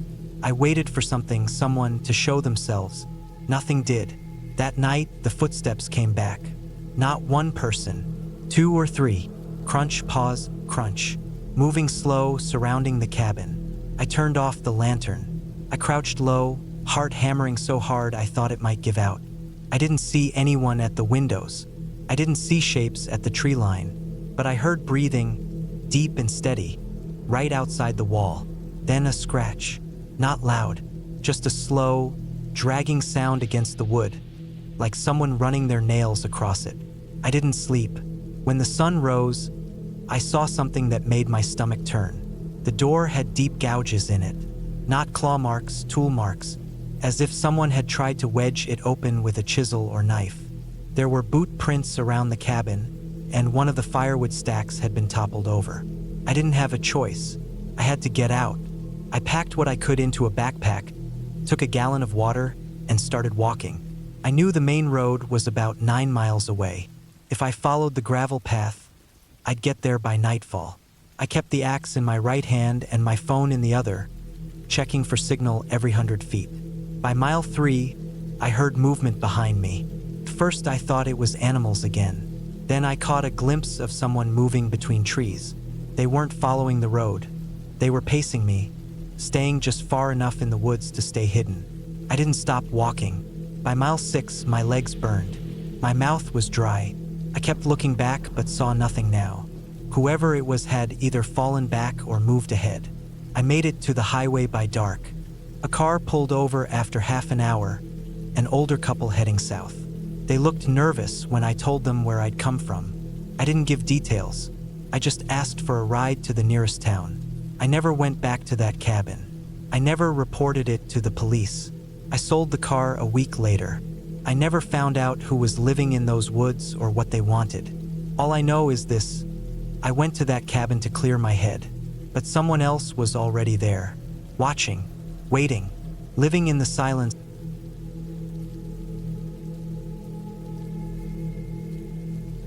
It was late October when I decided to take some time off work and head out to a cabin I had rented deep in the mountains of northern Idaho. I'd found it online through a small rental site that didn't have a ton of pictures, but the price was cheap, and I liked the idea of being alone in the woods with no one to bother me. It had been a rough few months at my job. Long hours, tight deadlines, and a creeping feeling like I wasn't really living anymore. I wanted something quiet. No neighbors. No phone service. Just trees, cold air, and a fireplace. The drive took longer than expected. I had to switch from paved roads to a winding dirt trail about 30 miles out, and then spend almost another hour crawling uphill at 10 miles an hour. The path was narrow and full of stones, and there were several points where I thought my car might not make it. My tires slipped more than once, especially as I got higher and patches of snow began to show near the edges of the forest. I arrived just as the sun was going down behind the ridge. The cabin was tucked into a small clearing with pine trees pressing in on all sides. It looked smaller than the photos had made it seem. Just one story with a slanted roof, dark wooden planks making up the siding, and a sagging front porch. There was a tiny chimney on top with no smoke coming out. It looked like nobody had been there for a while. There were no tire tracks, and the leaves around the entrance were untouched. The place had a silence that felt heavy. Still, I felt good. The air was sharp and cold, and when I stepped out of the car, I could hear nothing but the wind brushing through the pine needles. No engines, no voices, just cold, empty woods. I took a deep breath and stood there for a moment, letting my body adjust. Inside, the cabin was simple but clean. There was one main room with a cot against the back wall, a small table in the center, a wood stove near the far side, and a little kitchenette. The windows were dusty and narrow. I set my bags down and opened the cupboards. A few old canned goods, most of which were years past their expiration dates, and a box of matches in a rusted tin. I spent the first evening unpacking, bringing in firewood from the small pile out back, and lighting the stove. It took a while to get it going, but once the fire started to crackle, the space warmed up fast. I didn't have cell service and there was no internet. I didn't bring a laptop or anything else. Just some books, a flashlight, a knife, and a few basic tools. That night, I lay on the cot and listened to the fire pop and hiss while the wind howled outside. The roof creaked occasionally. The bed was stiff and the blanket thin, but I felt relaxed for the first time in months. It was the kind of silence that felt pure. The next few days followed a slow rhythm. I woke with the sunrise, walked around the trails near the cabin, chopped firewood, and wrote in a small notebook. I didn't see a single other person or hear anything except the trees and birds. Sometimes I saw deer tracks in the snow or heard twigs snapping in the distance, but never people. I made small meals on a little gas stove and kept the fire burning through the evenings. The cold was biting, but the quiet was worth it. On the 5th day, I noticed something strange. I had hiked about a mile uphill behind the cabin where the trail turned into more of a rough path through boulders and brush. I was trying to reach a ridge I had seen from the road. I thought the view might be worth the effort. The hike was steep and my legs burned, but after about an hour, I reached a small plateau. From there, I could see down into the valley where my cabin sat and across to another ridge maybe 3/4 of a mile away. That's when I noticed movement. It was small, a speck of something dark near the tree line across the ridge. I paused and squinted. It wasn't a bear or an animal. It looked like a man. He was standing completely still, halfway out of the trees, watching in my direction. At that distance, I couldn't make out details, but something about the way he stood didn't look right. He wasn't walking or crouching or shifting around, just standing there. I waved. Nothing. I stared for another minute, then turned back down the trail.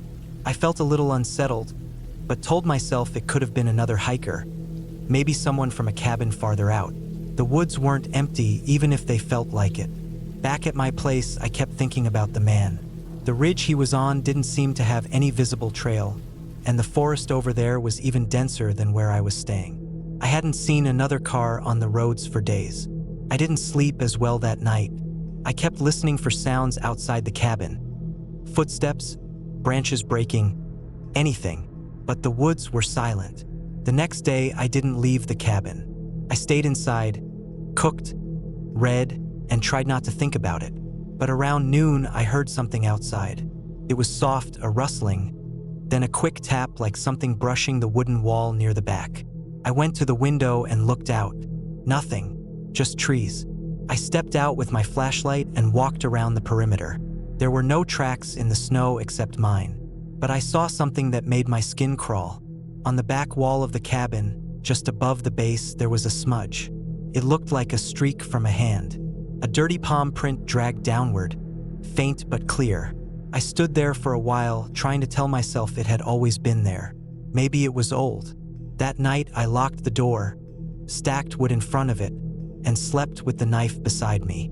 I couldn't get warm no matter how hot the fire burned. Every sound outside made me jolt up. I thought I heard footsteps crunching snow, but when I looked out, there was nothing there. The next morning, I was exhausted and angry with myself for letting paranoia get the best of me. I told myself I was overreacting. Maybe I made a mistake hiking out so far alone. Maybe it was just a hunter or some drifter cutting through the woods. The handprint? Maybe I did it myself earlier and forgot. But then, on the 7th day, I found something that made me want to leave immediately. I had gone to collect firewood from the shed, which was about 20 feet from the cabin, behind a large pine.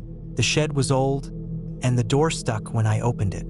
As I stepped inside, I noticed something on the floor. It wasn't wood. It was a photograph. It was folded in half, like someone had slipped it under the door or placed it there carefully. I bent down and picked it up. It was a photo of me, taken from a distance. I was standing on the ridge the day I had hiked up there. You could see the whole side of the hill and me in the center, squinting at the other ridge. The photo had been taken from that exact opposite ridge, from where the man had been standing. My heart sank. That meant whoever it was had a camera, had followed me, and had come all the way to my cabin to leave this. I dropped the photo and backed out of the shed. My breathing felt tight. I stood there, watching the tree line, waiting to see if anyone would appear. Nothing. I went back into the cabin and locked the door. I didn't even know what I was locking it against. There was no phone service. No neighbors. If someone wanted to get in, they could. I didn't sleep that night. I didn't eat. I sat in the dark with my knife in one hand and a flashlight in the other, staring at the door and windows. The next morning, I packed my things. I didn't care that I had 3 days left in the rental. I wasn't staying. I loaded everything into the car as fast as I could. But as I turned the key, the engine didn't start. Nothing. Not even a sound. I popped the hood and saw the battery had been ripped out. Clean. Just gone. That was it. Whoever was watching me had come during the night. They hadn't broken in. They hadn't hurt me, but they wanted me to know they could, that they were close, that they were in control. I had no choice but to walk. I knew the road out was long, nearly 30 miles of dirt road before hitting anything close to a highway. I packed what I could into my backpack, brought the knife and flashlight, and started walking. Took hours. I kept thinking I heard footsteps behind me, twigs snapping off in the trees. I'd stop, spin around, see nothing. But I knew someone was following. I didn't run, couldn't. My legs were too tired and the pack too heavy. As night started to fall, I saw headlights in the distance. An old utility truck, probably Forest Service or something. I ran into the road, waving my arms, yelling. The driver stopped and let me in. I didn't explain much, just said my car broke down and I needed to get back to town. He nodded and didn't ask questions. I didn't even turn back to look at the woods. That night, I got a motel in the nearest town and locked the door behind me. I stared at the ceiling for hours, wondering who had been out there, why they hadn't done more, what they were waiting for. I reported the incident to the sheriff the next morning. They took it seriously at first, then less so when they found the cabin empty and no signs of forced entry. No prints, no camera, no man on the ridge. They towed my car back into town and gave me a warning not to hike alone again. I never got an answer, Never found out who was out there, but I'll never forget the way that photo felt in my hand. Cold, folded, and perfectly timed. Whoever it was, they wanted me to know something. That I wasn't alone. That they were always watching. And worst of all, that they were patient.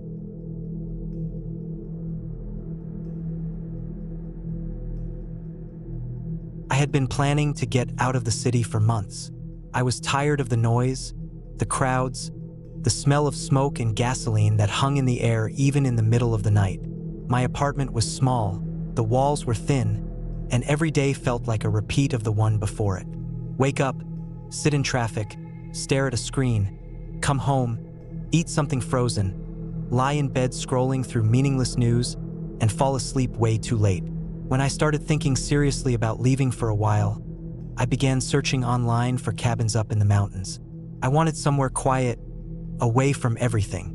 No neighbors, no traffic, just trees, air, space.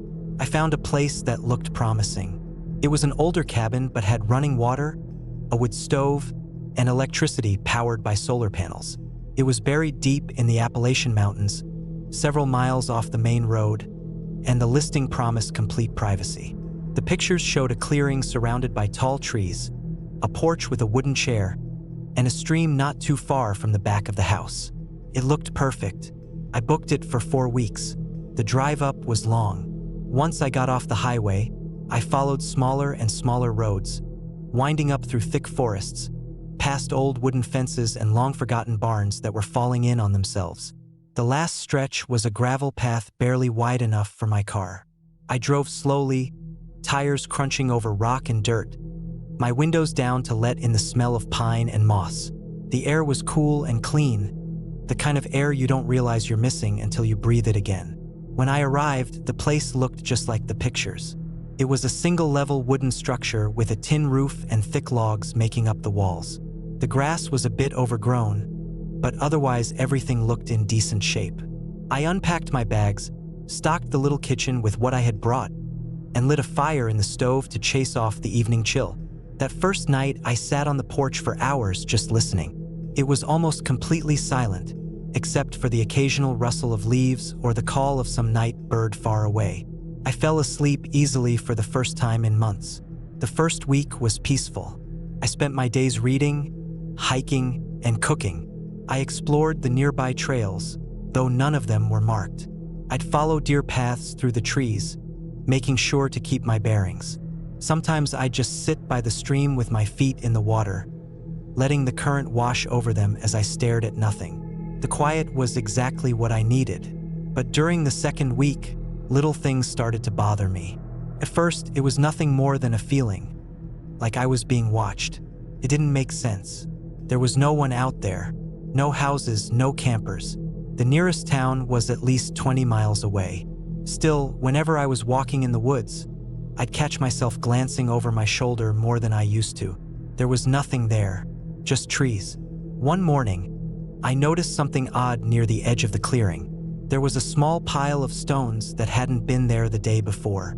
They were stacked neatly, about 10 inches high, not something that would happen by accident. I figured maybe an animal had kicked them around and they settled that way, or maybe I had just missed it before. I didn't touch them. The next day, there was a second pile, a few feet away from the first. Same size, same neat shape.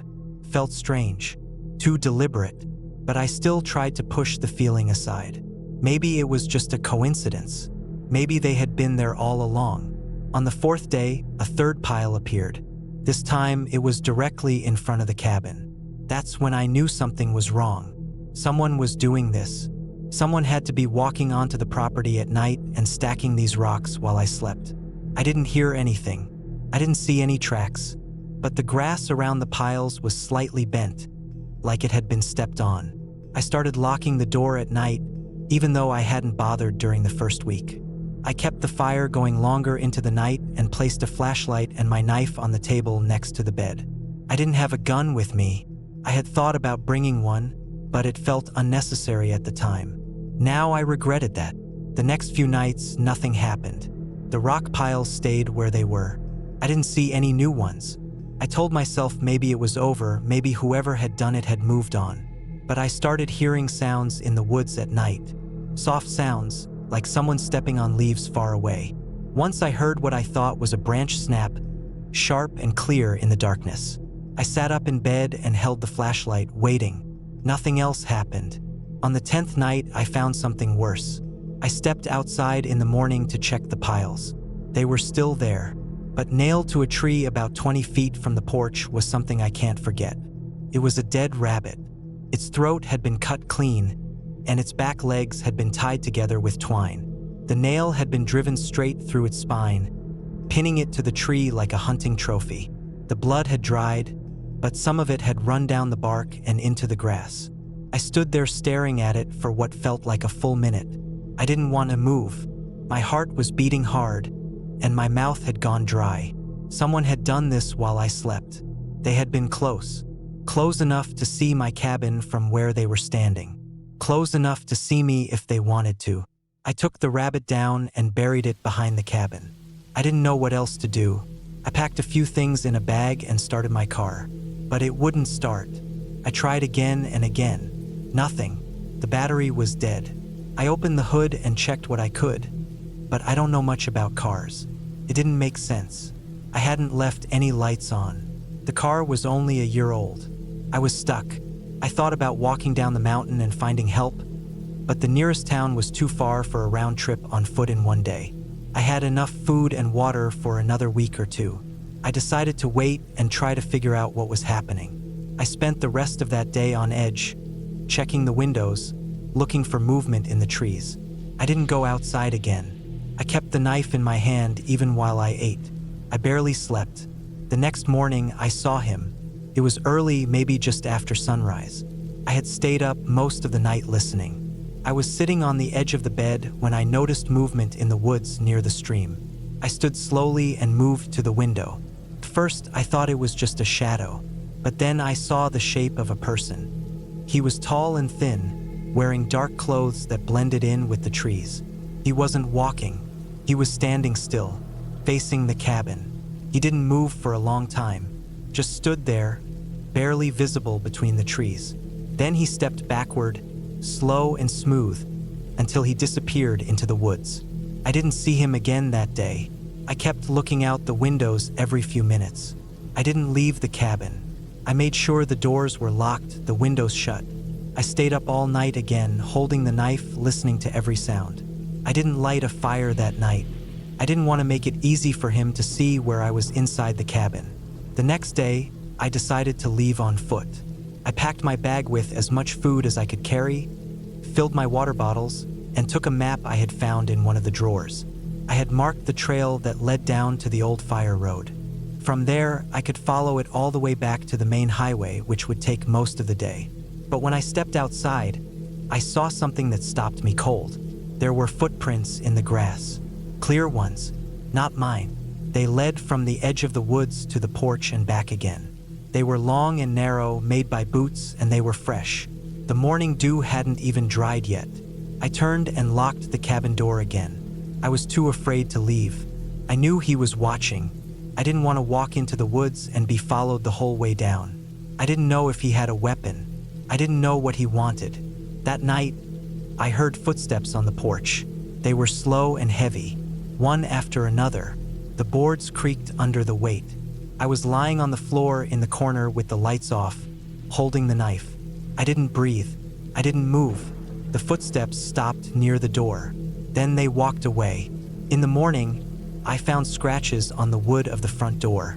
Deep scratches made with a knife or something sharp. They weren't random. They looked like symbols. I didn't recognize them, just straight lines and angles, but they felt like a message. That was when I knew I couldn't wait any longer. I had to leave. I packed everything again. I put on thick clothes and boots, loaded myself down with as much food as I could carry. I left a note on the table with the date, in case anyone ever found it.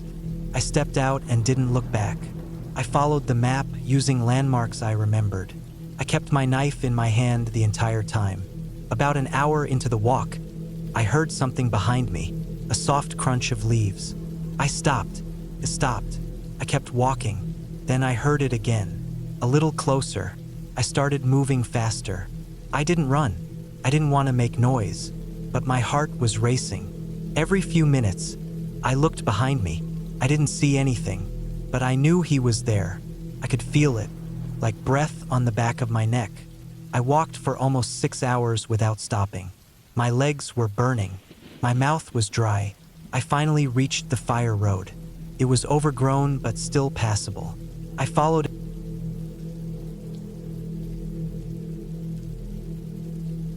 I had never been the type to enjoy being in the middle of nowhere, but I needed a place where I could focus. My work had been piling up for weeks, and the noise at home was too much. I couldn't think properly. My phone kept buzzing, neighbors were loud, and something was always pulling me away from my computer. I had 2 weeks to finish a full report and presentation for a client. If I missed the deadline, I could lose them, so I rented a cabin. Not one of those fancy ones with hot tubs and plasma TVs. This was old, small. 1 bedroom, a single bathroom, a tiny kitchen. The listing had called it rustic and private.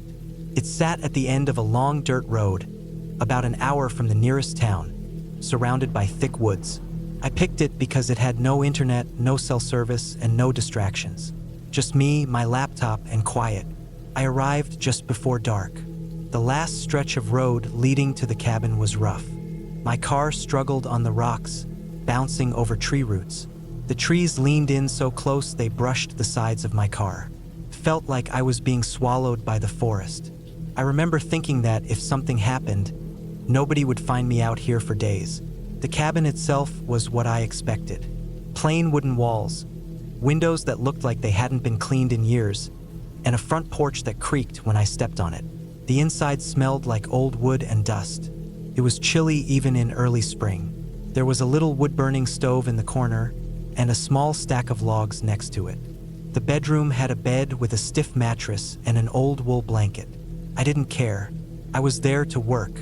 That first night, I cooked a frozen dinner on the gas stove and sat at the table with my laptop, organizing notes. I turned on a small battery-powered lamp I'd brought because the lights flickered too much. Outside, it was silent. I could hear the wind through the trees and the occasional crack of a branch. No traffic, no voices, no hum of appliances. Just nature. At around midnight, I stepped outside for some air.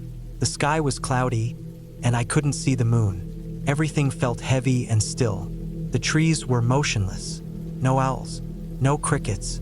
It made me a little uneasy, but I told myself it was just because I wasn't used to it. I went back in, locked the door, and slept. The next morning, I got to work early. I made coffee on the stovetop and set up at the table. I stayed focused most of the day. Around noon, I took a short walk to stretch my legs. There was a narrow trail behind the cabin that led into the woods. I followed it for about 5 minutes before turning back. I didn't want to get lost. I wasn't dressed for a real hike. That evening, I sat on the porch with my coffee. The air was cool, and the trees were rustling more than the night before. I remember seeing something strange in the dirt near the steps. It looked like a scuff mark, like someone had dragged something, maybe a boot. I figured it was mine from unloading the car. I didn't think much about it. But the next morning, something else made me pause. The woodpile had been messed up. A few logs were on the ground, and the rest were leaning strangely. I hadn't touched it since arriving. It didn't seem like wind could do that. I stood there staring at it for a while. It wasn't a big deal, but I didn't like not having an explanation. By the third day, little things were starting to pile up. I found a single footprint in the mud on the side of the cabin. It was too large to be mine. I had only gone that way once, and I hadn't stepped off the stone path. The print looked fresh, deep, like someone had stepped there recently. That night, I moved one of the chairs to block the front door. It wasn't a strong lock, and I wasn't sure who had the keys. I slept badly. I kept waking up, sure I'd heard something. Once it was a knock, soft, maybe against the wall or a window. Another time it sounded like someone walking across the porch. But when I sat up, it stopped. Every time I got up to check, nothing was there. I tried to focus on my work the next day, but it felt like I was being watched. I couldn't explain why. Every time I looked out the window, I expected to see someone standing at the edge of the trees, but there was nothing, just trees and shadows. I told myself I was letting my imagination get to me. I hadn't talked to anyone in days. Maybe I was overthinking. So that afternoon, I took a longer walk, deeper into the trail behind the cabin. I needed to clear my head. I walked about 15 minutes in further than before. I saw animal tracks, deer, maybe a raccoon. The air was quiet, but then I saw something that stopped me cold.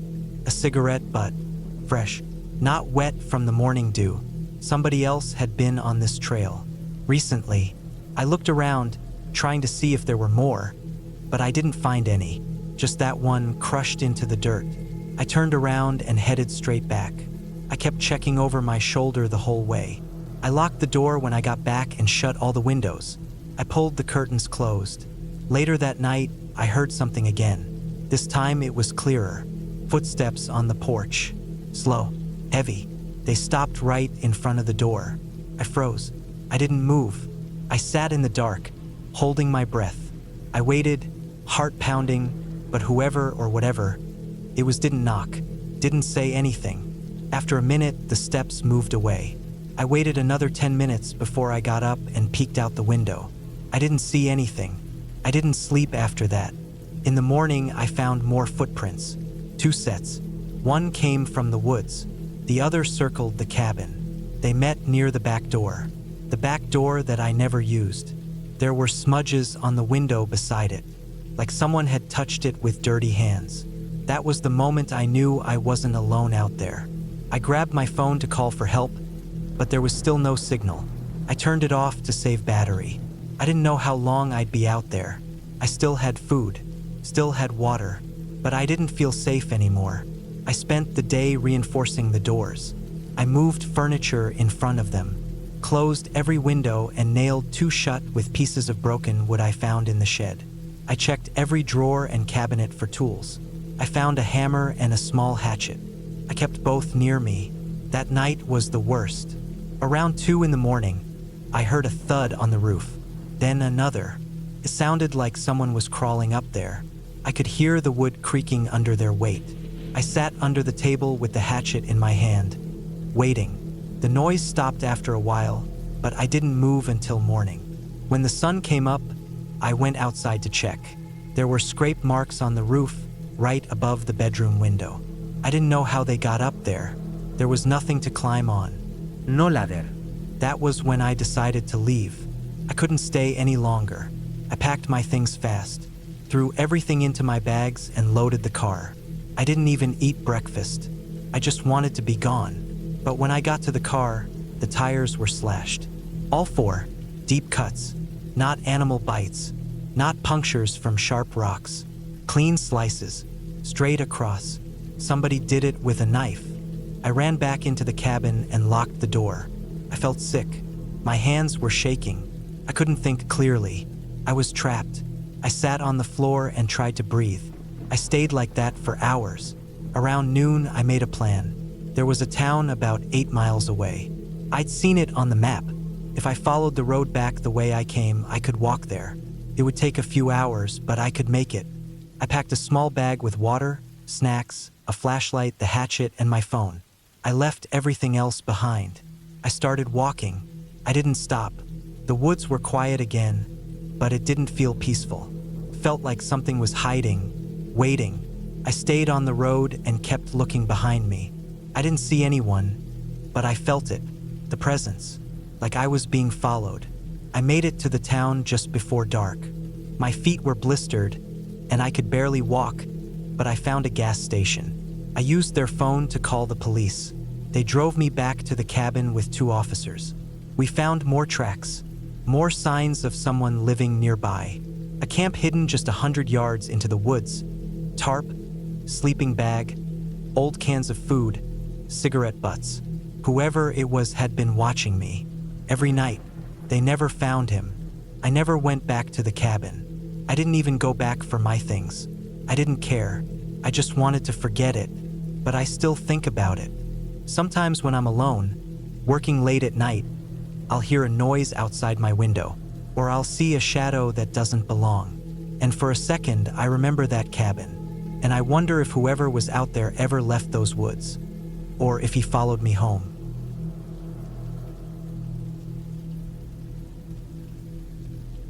I had been working on a design contract for months, and I was way behind schedule. My apartment in the city was full of noise. Cars honking, neighbors shouting, garbage trucks reversing at 6 a.m., and sirens wailing at all hours. I couldn't think straight anymore. I couldn't focus. The client had already asked for updates twice in 2 weeks, and the pressure was eating at me every day. That's when I decided to get away for a week or two and try to finish the project in peace. No distractions, no people, no noise. I found a small, cheap cabin listed online. It was about 4.5 hours north, buried somewhere deep in a pine forest near a lake. The listing had old, blurry photos and said it had power from a gas generator, no internet, and no phone signal. That was exactly what I wanted. I figured I'd download everything I needed, bring my laptop, back it all up on 2 hard drives, and disappear until the work was done. The drive out was long and quiet. The paved road turned into gravel about 2 hours from the cabin, and by the last hour, it was nothing but dirt and potholes.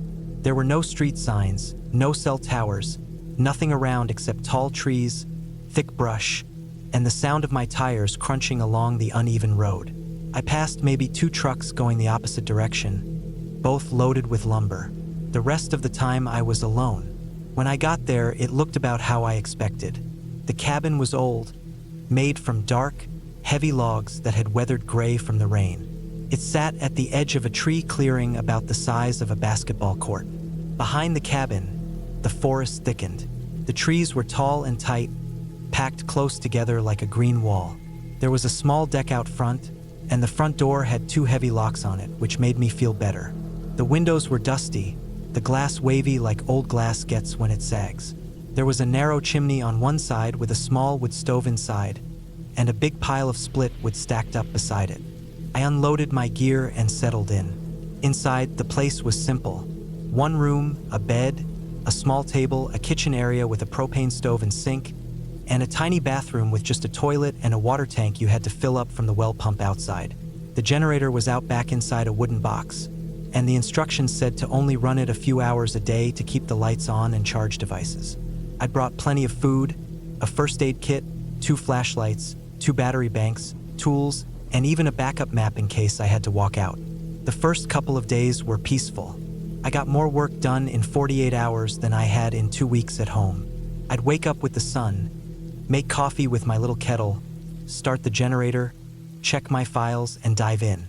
By noon, I'd turn off the generator to save fuel, eat something cold, take a walk down to the lake, and then come back and keep working until the light faded. The air was crisp, birds chirped all morning, and by late afternoon, it got so quiet you could hear the wind swaying through the trees like soft waves. I didn't see a single person, not even far off in the woods. But something changed on the 4th day.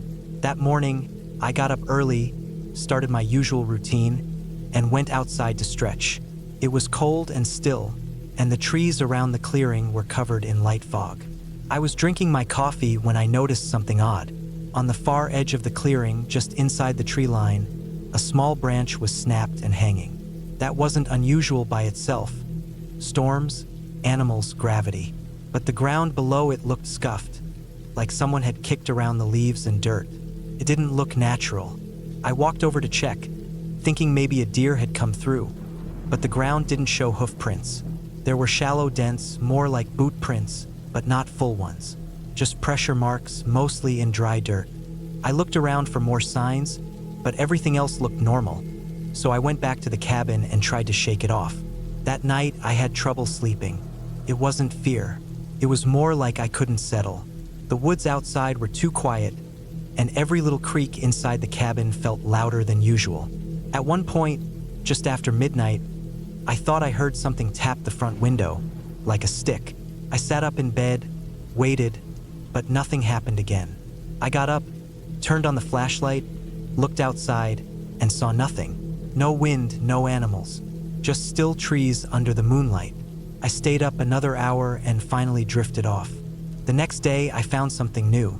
Right in the middle of the trail I used to walk to the lake, there were fresh shoe prints. Full ones this time, not mine. The sole was different, deeper, rounder treads, maybe work boots.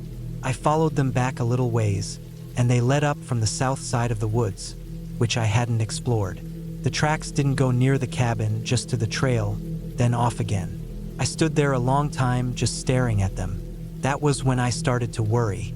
I kept telling myself it was probably a hunter or someone from a nearby property passing through. Maybe someone checking trail cams or hunting stands. But then I remembered I hadn't seen any signs of other people for miles. No other cabins, no parked vehicles, no posted signs. Nothing.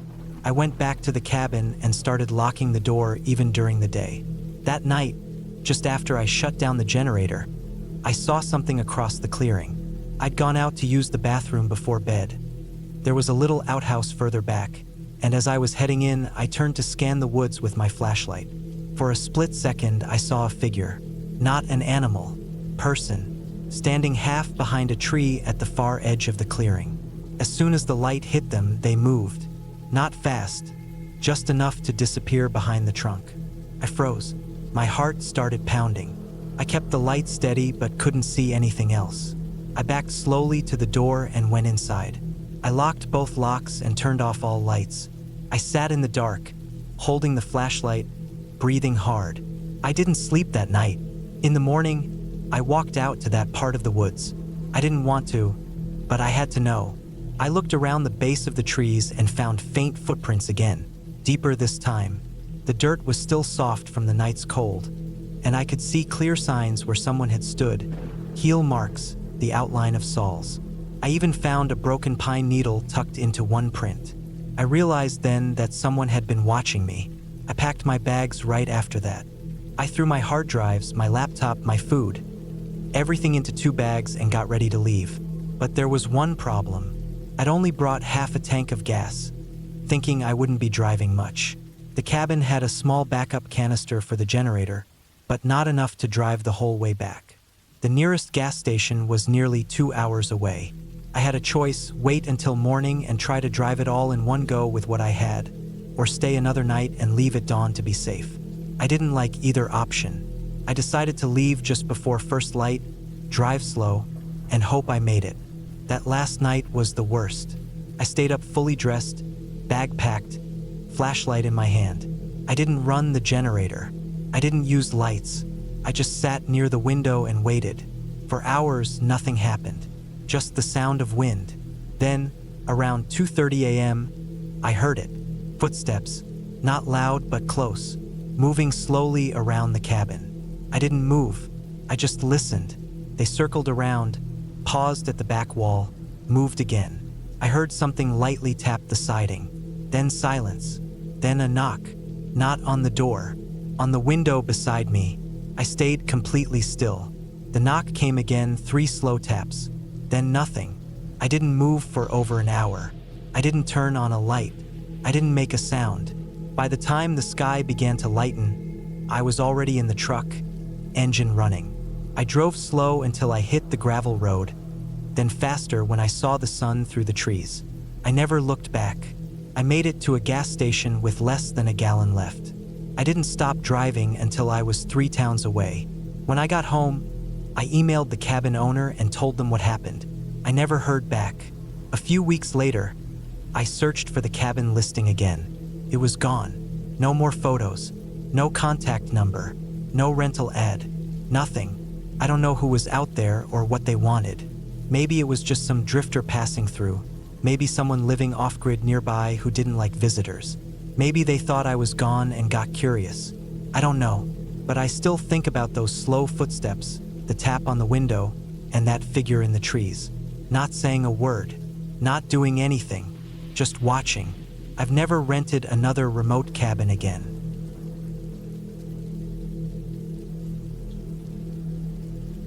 I had been working from home for almost 3 years straight, and I needed a break from everything. My apartment felt small and noisy.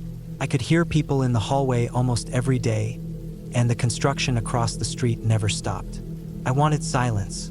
I wanted to wake up and hear nothing but wind in the trees and maybe the sound of birds.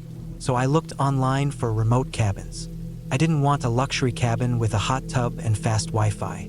I wanted something simple, a place far from people, something I could rent for a week or two and just sit with my thoughts, maybe go hiking and cook on a small stove, maybe write a few things. I found one through a website that listed off-the-grid vacation spots. The pictures were basic, nothing fancy. A small wood cabin surrounded by trees. No neighbors, just one dirt road leading to it. It had solar panels, a water tank, a wood stove for heating, and the listing said it had been modernized a little bit, but still kept its rustic feel. It was located a few hours outside of Missoula, Montana, near a small forested area. The pictures made it look peaceful, the kind of quiet I was desperate for. I booked it for 10 days in early May. That time of year was still a bit cold at night, but I liked that. I wanted the cabin to feel like I was stepping out of time. I drove there in my SUV with a cooler full of groceries, clothes, a couple flashlights, an emergency kit, and a box of books. The drive out of town felt great. The farther I got from the city, the better I felt. My cell signal got weaker with every mile, and I didn't mind at all. When I finally reached the dirt road that led to the cabin, it was already late afternoon. The road itself was rough and narrow, barely wide enough for my vehicle, and the trees leaned in close on both sides.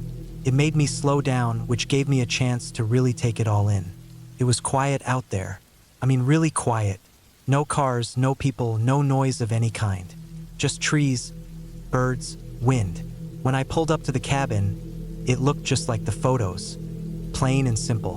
One story with siding, a metal roof, a few solar panels tilted on a small rack next to it. There was a stack of chopped firewood outside and a metal chimney poking through the roof. There was a raised wooden deck in the front with one step leading up to the door. I parked a few feet from the front porch and just sat there in the car for a moment. There was something about the way the cabin looked that made me feel like I was being watched, even though I knew that didn't make sense. It was probably just the shift in environment. Going from city chaos to deep silence can mess with your head a little. But I remember sitting there longer than I needed to, like I was waiting for some part of me to catch up. Eventually, I got out, stretched, unlocked the front door with the key that had been mailed to me, and stepped inside. The inside smelled like old wood and dust, but it was clean enough. One main room with a small kitchen area, a wood stove in the corner, a table with 2 chairs, a single bed in the corner, and a small bathroom at the back with a compost toilet and a tiny shower stall. The windows were small and high up, and there were heavy curtains on each one. It felt tight but safe, like a place made for sleeping through snowstorms or writing a novel in the middle of nowhere. I unpacked my stuff, turned on the solar-powered lights just to test them, and started a small fire in the wood stove to cut the chill. As it got darker outside, I made myself a basic dinner and sat at the table with a book. That first night, I slept better than I had in months. It was dead silent. I didn't hear anything, not even wind. I think my body had forgotten what silence really was. The next day, I took a short hike through the woods behind the cabin. There were old trails, probably from deer or the previous cabin owners.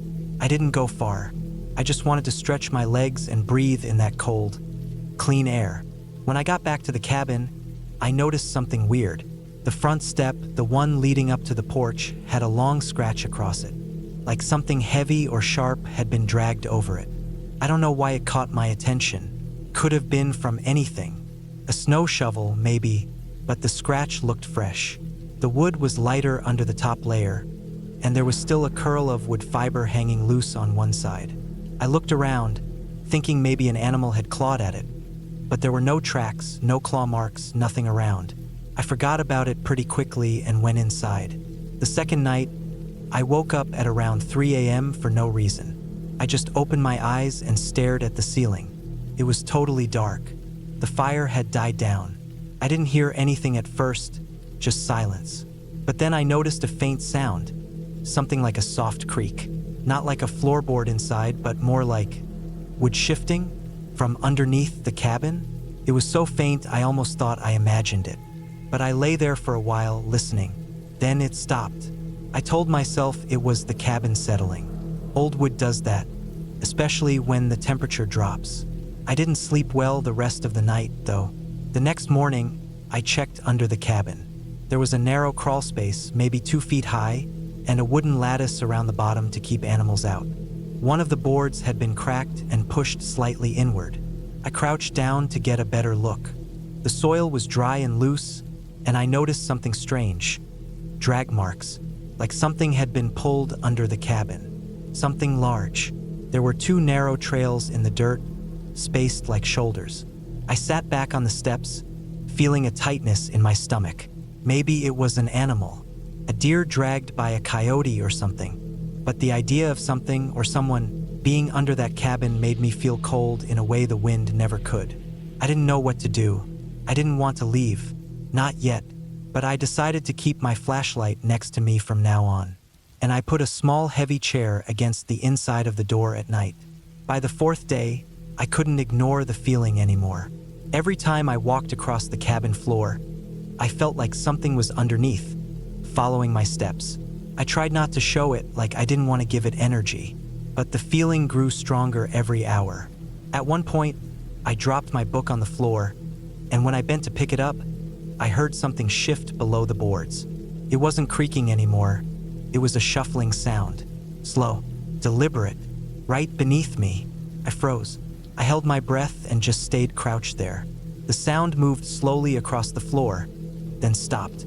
Then I didn't hear anything. I sat back on the bed, shaking. I had enough. I grabbed my flashlight, went outside, and pried off the broken panel with a small hatchet I kept in the gearbox. I shined the flashlight into the crawl space, and what I saw made me feel like my chest was being crushed. There were food wrappers under there, empty cans, a stained blanket pushed far into the darkest corner, piece of rope, pair of shoes, and scratched into the beams under the floor were markings, tallies, dozens of them, like someone was counting the days they'd been under there. I backed away, heart pounding. Whoever had been under there was living inches below where I had been sleeping. They'd been keeping track, watching me. Maybe I didn't see them, but I knew they were still around. I left the crawl space open and ran back into the cabin. I packed everything into my bags in a rush. My hands were shaking. I couldn't stop looking at the floor, like I expected a hand to punch through it at any second. I pulled the chair away from the door and stepped out, slamming it behind me. I threw everything into the back of my SUV, didn't even care how messy it was. I was about to start the car when I saw something in the rearview mirror. Person. He was crouched at the tree line, half hidden behind a trunk.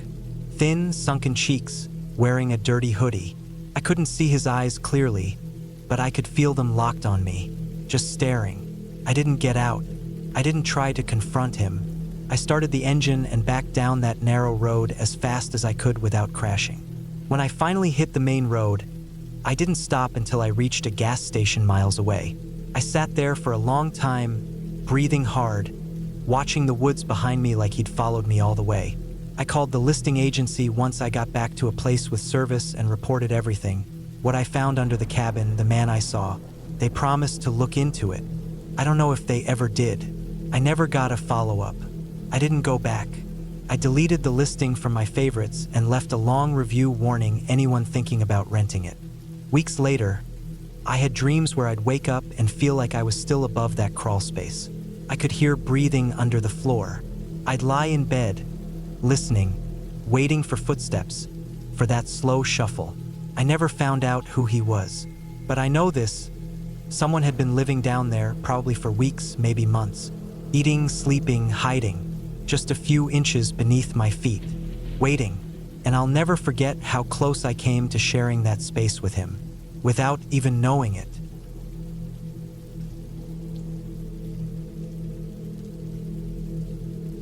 I went up to that cabin to be alone. That was the whole point. I had been working too much. I'd been sitting in front of a screen every day, wasting hours looking at spreadsheets, messages, and meetings that didn't even feel real anymore. Life felt loud, too much noise. I wasn't sleeping well. I wasn't eating right. My back always hurt. I would stay up late for no reason, watching things I didn't even care about. I didn't know what was wrong with me exactly, but I felt off. I didn't feel like myself anymore, so I decided to take time off. I found this listing online for a cabin that looked like it hadn't been touched in years. It was about a 4-hour drive from where I lived. It was up in the hills, on the edge of some forest land that the government used to own but then sold off decades ago. The place had no internet, no cell service.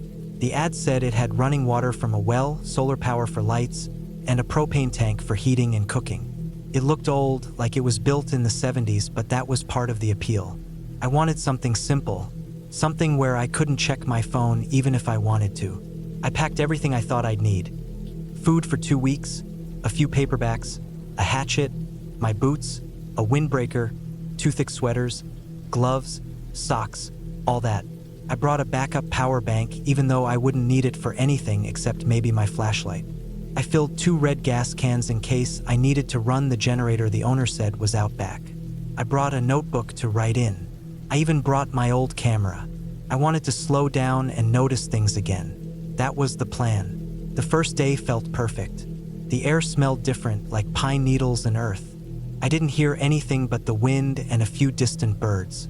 The gravel road to the cabin had a steep incline near the end, and my tires slipped a little getting up, but I made it. The trees crowded the road so tightly that it felt like I was driving through a green tunnel. Then the road widened a little and ended in a clearing where the cabin sat, small and tucked up against a slope, maybe 40 yards from the treeline behind it.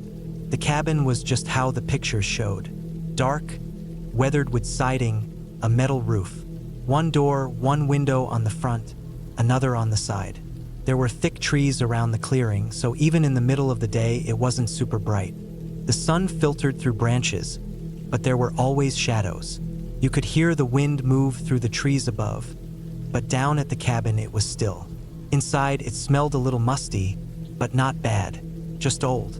The floor creaked when I stepped in. It had 1 room with a wood stove, a bed, a table with 2 chairs, a counter with a sink and a small gas stove, a fridge that worked off propane, and a door in the back that led to a small bathroom with a composting toilet. The bed had a thick blanket and a couple of pillows. There was a closet with some folded sheets and towels. Everything was basic but enough. The first few nights were calm.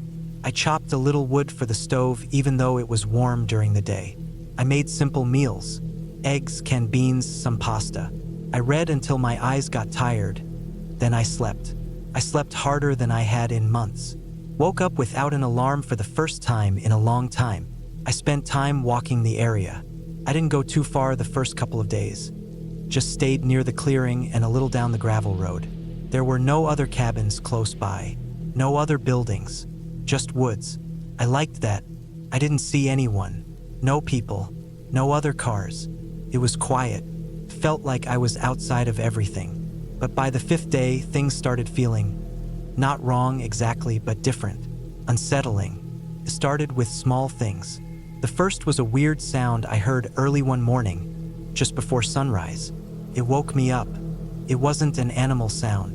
It was like a scraping, a slow, steady scraping, like something being dragged across wood. I thought maybe a branch had fallen against the cabin or maybe a raccoon was messing around. I got up and looked out both front and side windows but saw nothing. It was too dark to see anything clearly, and I wasn't going to go outside barefoot and half asleep. The sound stopped after a minute or 2. That afternoon, I checked around the outside. I didn't see anything weird. No fallen branches. No marks, no tracks. I figured it was just a dream or maybe wind scraping something I couldn't see. But then it happened again 2 nights later. Same sound, just before sunrise, like something dragging across the outer wall of the cabin. Slowly.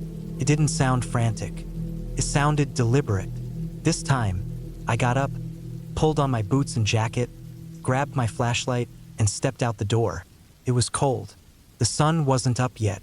My breath came out in white puffs.